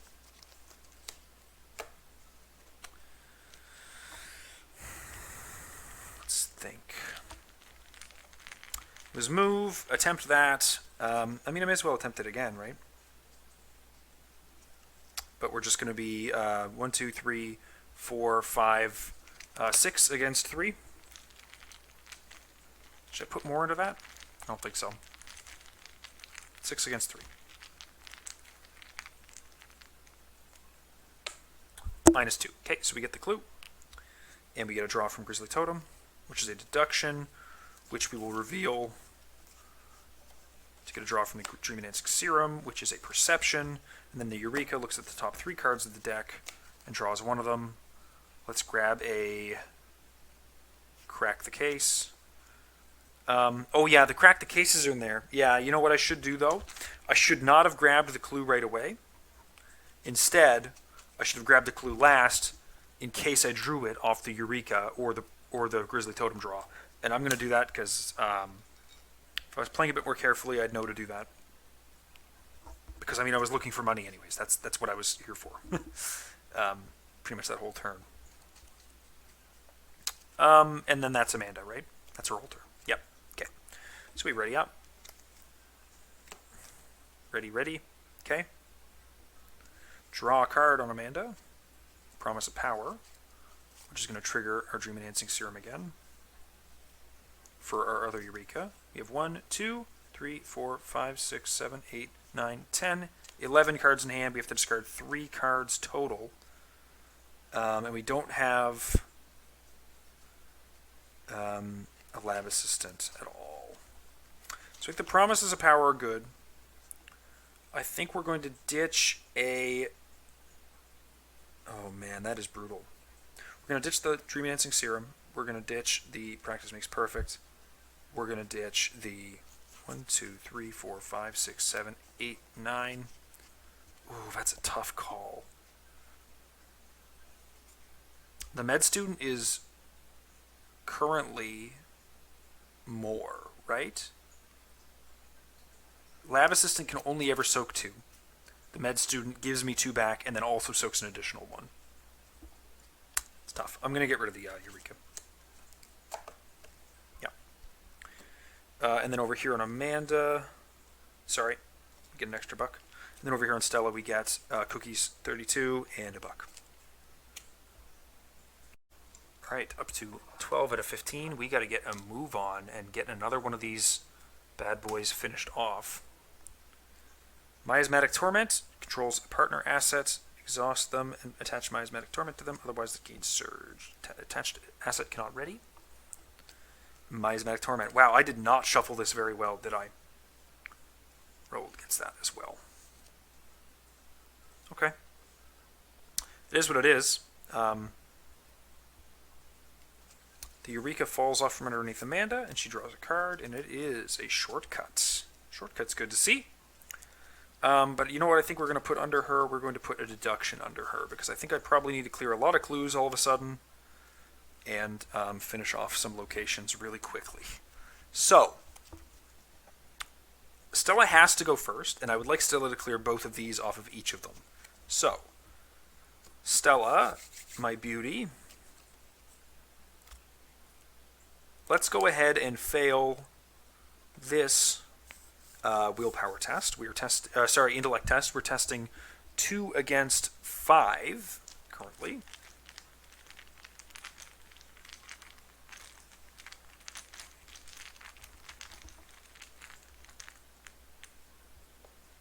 -2. So we are failing by 5. Rabbit's foot. Only 3 cards to go. We'll take the manual dexterity. We'll have to deal with the hypochondria next turn, hopefully. Those are, let's just pretend that I'm shuffling those. So we'll move down with Amanda. We'll test Amanda's off, and we're going to be testing 3 against 1. But I would like that to be higher. Let's put a promise of power in from Amanda. To be 7 against 1. I think that's pretty comfortable.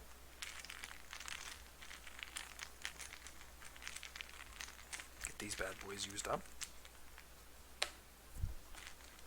5 against 1.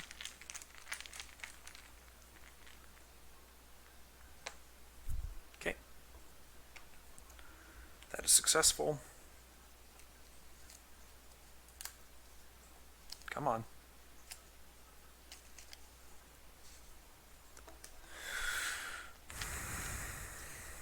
And then she'll test her own with another promise of power to be 7 against 1 again.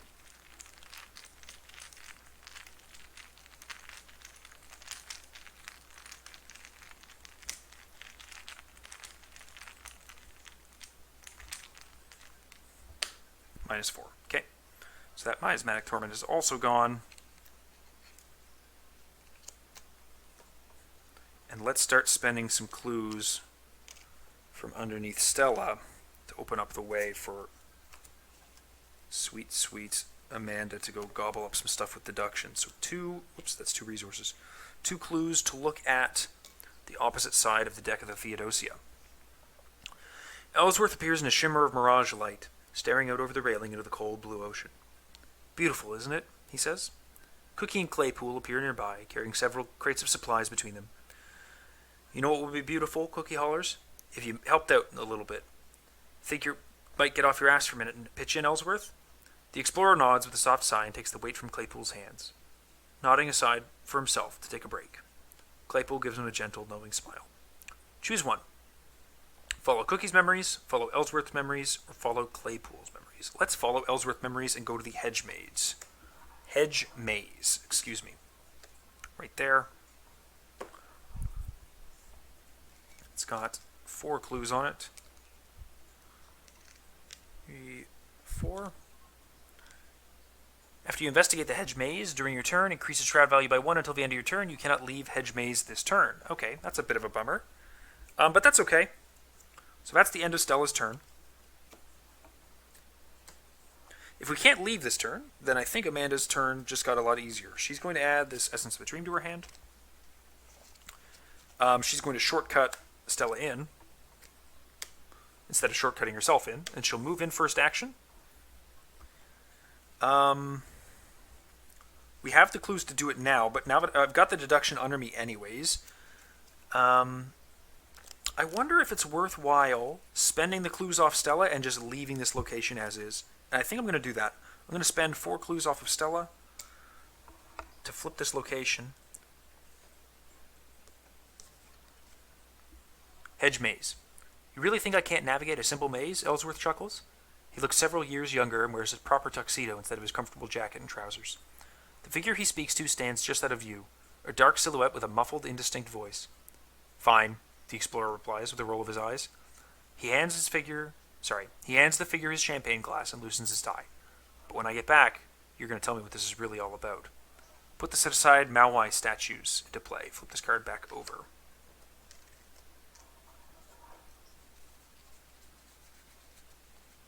Maui statues. 5 shroud. Oof. 4 clues. Well, rolled is that this location gets -2 shroud. When a revelation effect of a treachery attaches to Maui statues, that treachery gains surge, limit once per phase. Yuck. Okay, Stella's going to move in again. Sorry, Amanda's going to move in again.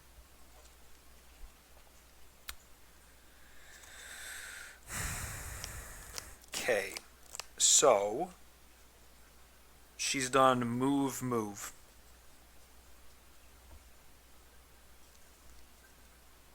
She only needs 4 clues to flip this, but we're probably going to have to fight someone to get Raoul's thing done. So we're going to wait to flip that until next turn. We're going to investigate with the deduction. So we're investigating at a base of 4, 5, 6, 7, 8, 9. I don't have enough cards, but 10, 11 against 5. 11 against 5.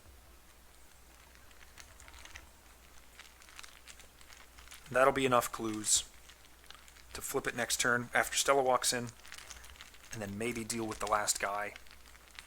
That's what we're hoping for. Let's see what happens.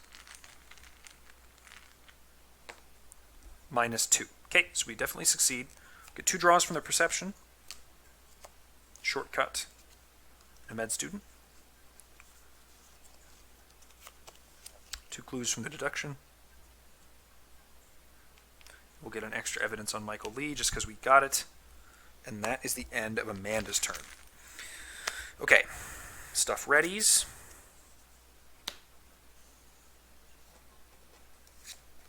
We get a draw on Amanda and a resource, which I think she does have to discard here. So let's take a quick count. 1, 2, 3, 4, 5, 6, 7, 8. No, not even 8 because we've got 2 overpowers. So we're at 7. And then Stella gets Granny Orn, not the hypothermia, which I forgot to, sorry, hypochondria, which I did forget to shuffle. Just dropped a resource token there. So let me just shuffle that double really quick to make sure that it's really hard to know. I'm not counting, I swear to God. It's so hard to not count these. But I'm trying my hardest not to and talking over it so that I lose count. Okay, so it is the hypochondria. Okay, no worries. So she's readied back at the hedge maze. She's at the Maui statues. We're getting a doom up here for 13 out of 15.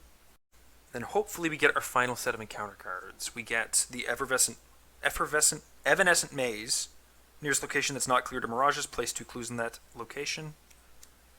We have to spend additional clues to clear it. So we do need 1 more clue before we can even clear it. That's a bummer. And when a treachery attaches to Maui statues, it gains Surge. The Dark Aurora, she's testing 3 willpower for 2 horror.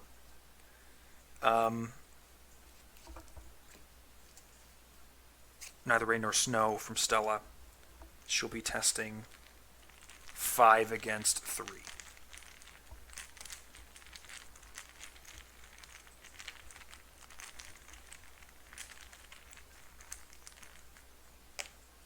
-4, so it is a fail. The nearest Eidolon enemy would get a thing in Mahuki, but they don't, because the Dark Aurora does not do anything. And then on to Stella. She gets a Lost Researcher. Spawn any location empty if able. So we're the easiest place to get back to is the Prison of Memories, with 1 doom on it. Okay. So, I need to get a clue, spend 6 clues to flip this, and then deal with the enemy on it, or I need to go get rid of him and parlay his test. Can Stella do all of that, is my question, I guess. Can she pull off the parlay on him necessarily? Not really. I don't know that I have the icons for it.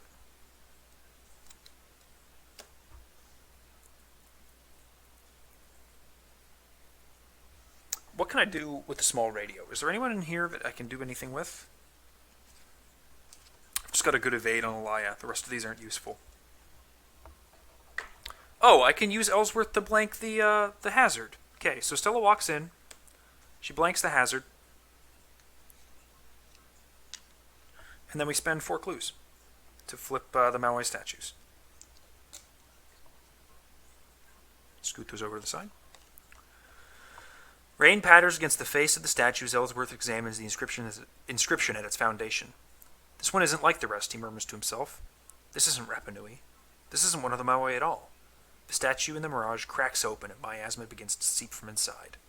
If Roald Ellsworth is alive, spawn the set-aside memory of an alien translation enemy at this location. Flip this card back over. Memory of an alien translation. The investigator with Roald Ellsworth gets him, so he's a 3, 4, 5. Wow. Alert. Prey the enemy with Roald Ellsworth. After this enemy is exhausted, if there's an attachment of this location, deal 4 damage to this enemy. When this enemy is defeated, flip it over and resolve the text on its other side. Wow. Okay, so we moved. Shit. Let's spend 2 resources to put Cookie's revolver into play, second action. No, it's fast, actually, so it's after our first action. And we're just going to take a couple shots, I think. Oh, I forgot to do her thing this turn. That's really frustrating. So the deduction goes away, I draw a card. Well, I didn't know that this enemy was what he is, so I think it would be unfair for me to put the Vicious Blow underneath him, but I'll put an Overpower, I guess.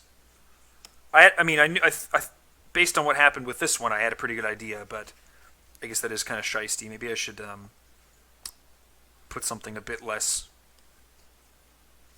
Yeah. It's too late. I missed it, so.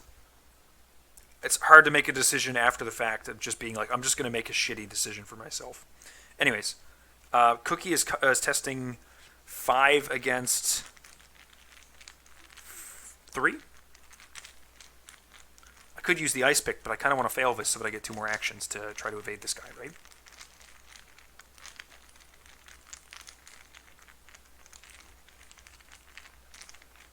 Got 5 against 3. -2, so that's successful for 2 damage. I wonder if I can pull the evade off. Yeah, I may as well try. 7 against 3 with a manual dexterity in. It's track shoes plus manual dexterity. Do I have an icon I could throw in from her? Let's just toss the leadership in as well to get an extra bonus 1. So 8 against 3. And if we evade him, that actually deals 4 damage. So we only need to deal 2 damage with Amanda if that's the case.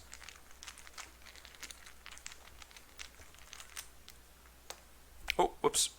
Forgot the skull. Bit of a bummer forgetting that. Not a big deal.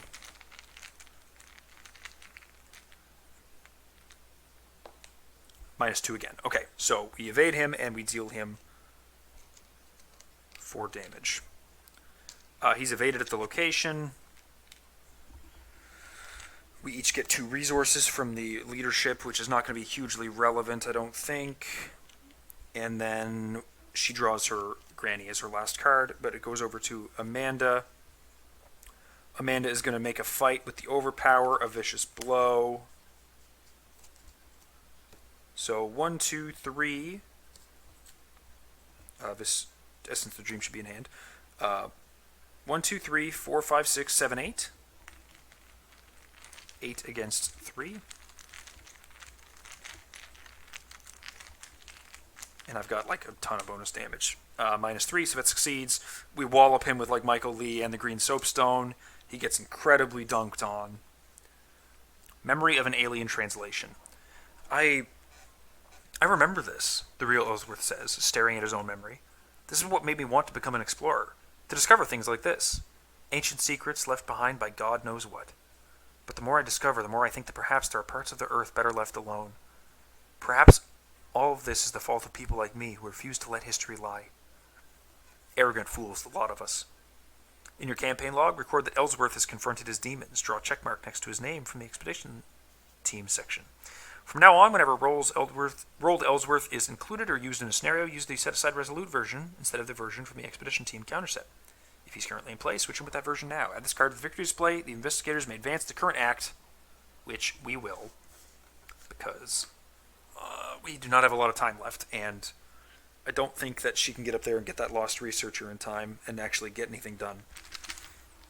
But we do get the upgraded version of Rolled, who has... What is his ability? During an investigator's turn, either exhaust rolled or spend a supply. Choose a non-weakness treachery in play. Treat that treachery's text box as if it were blank until the end of the turn. Okay.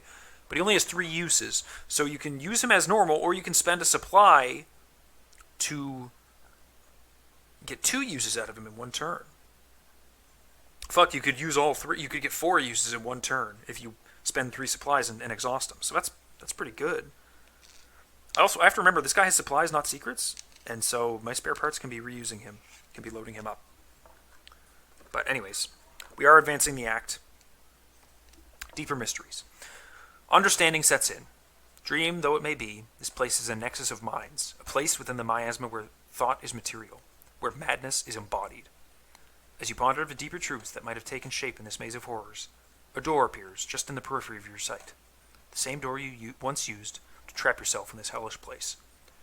Perhaps there are more mysteries to discover here, but for now you've seen enough. You open the door. Resolution 1. You tumble through the doorway and onto your sleeping mat, flailing within your tangle of warm blankets. No door shuts behind you. Did you only imagine all of that? Or was it all real? Is there a difference? In the Fatal Mirage section of the campaign log, under Memories Banished, record each story card in the victory display. Each investigator earns experience equal to the victory X value of each card recorded in this way, so we get 4 experience. Do not earn experience points for cards already recorded in this section. So presumably if we're playing this multiple times, which I don't think we get to this scenario because of how I performed in the earlier scenarios, not losing any people any sooner. I guess you just get a slow roll of XP out of this one. In the Fatal Mirage section of the campaign log, under Memories Discovered, record each non-Otherworld location in play. Cross off each location recorded under Memories Discovered, for which the corresponding story card is also recorded under Memories Banished. Okay. If there are any other non-story cards in the victory display worth victory X, each investigator earns experience equal to that amount. In the Expedition Team section of the campaign log, record the amount of damage and horror on each partner asset in play. We do not accrue any additional damage or horror on our partners. Proceed to the next scenario of the campaign in numerical order as follows. If the last scenario played before this one was City of the Elder Things, proceed to scenario 4, The Heart of Madness. Wow, okay, that was a really cool scenario. I do kind of wish that I'd done more poorly, and I got to see this one a little more.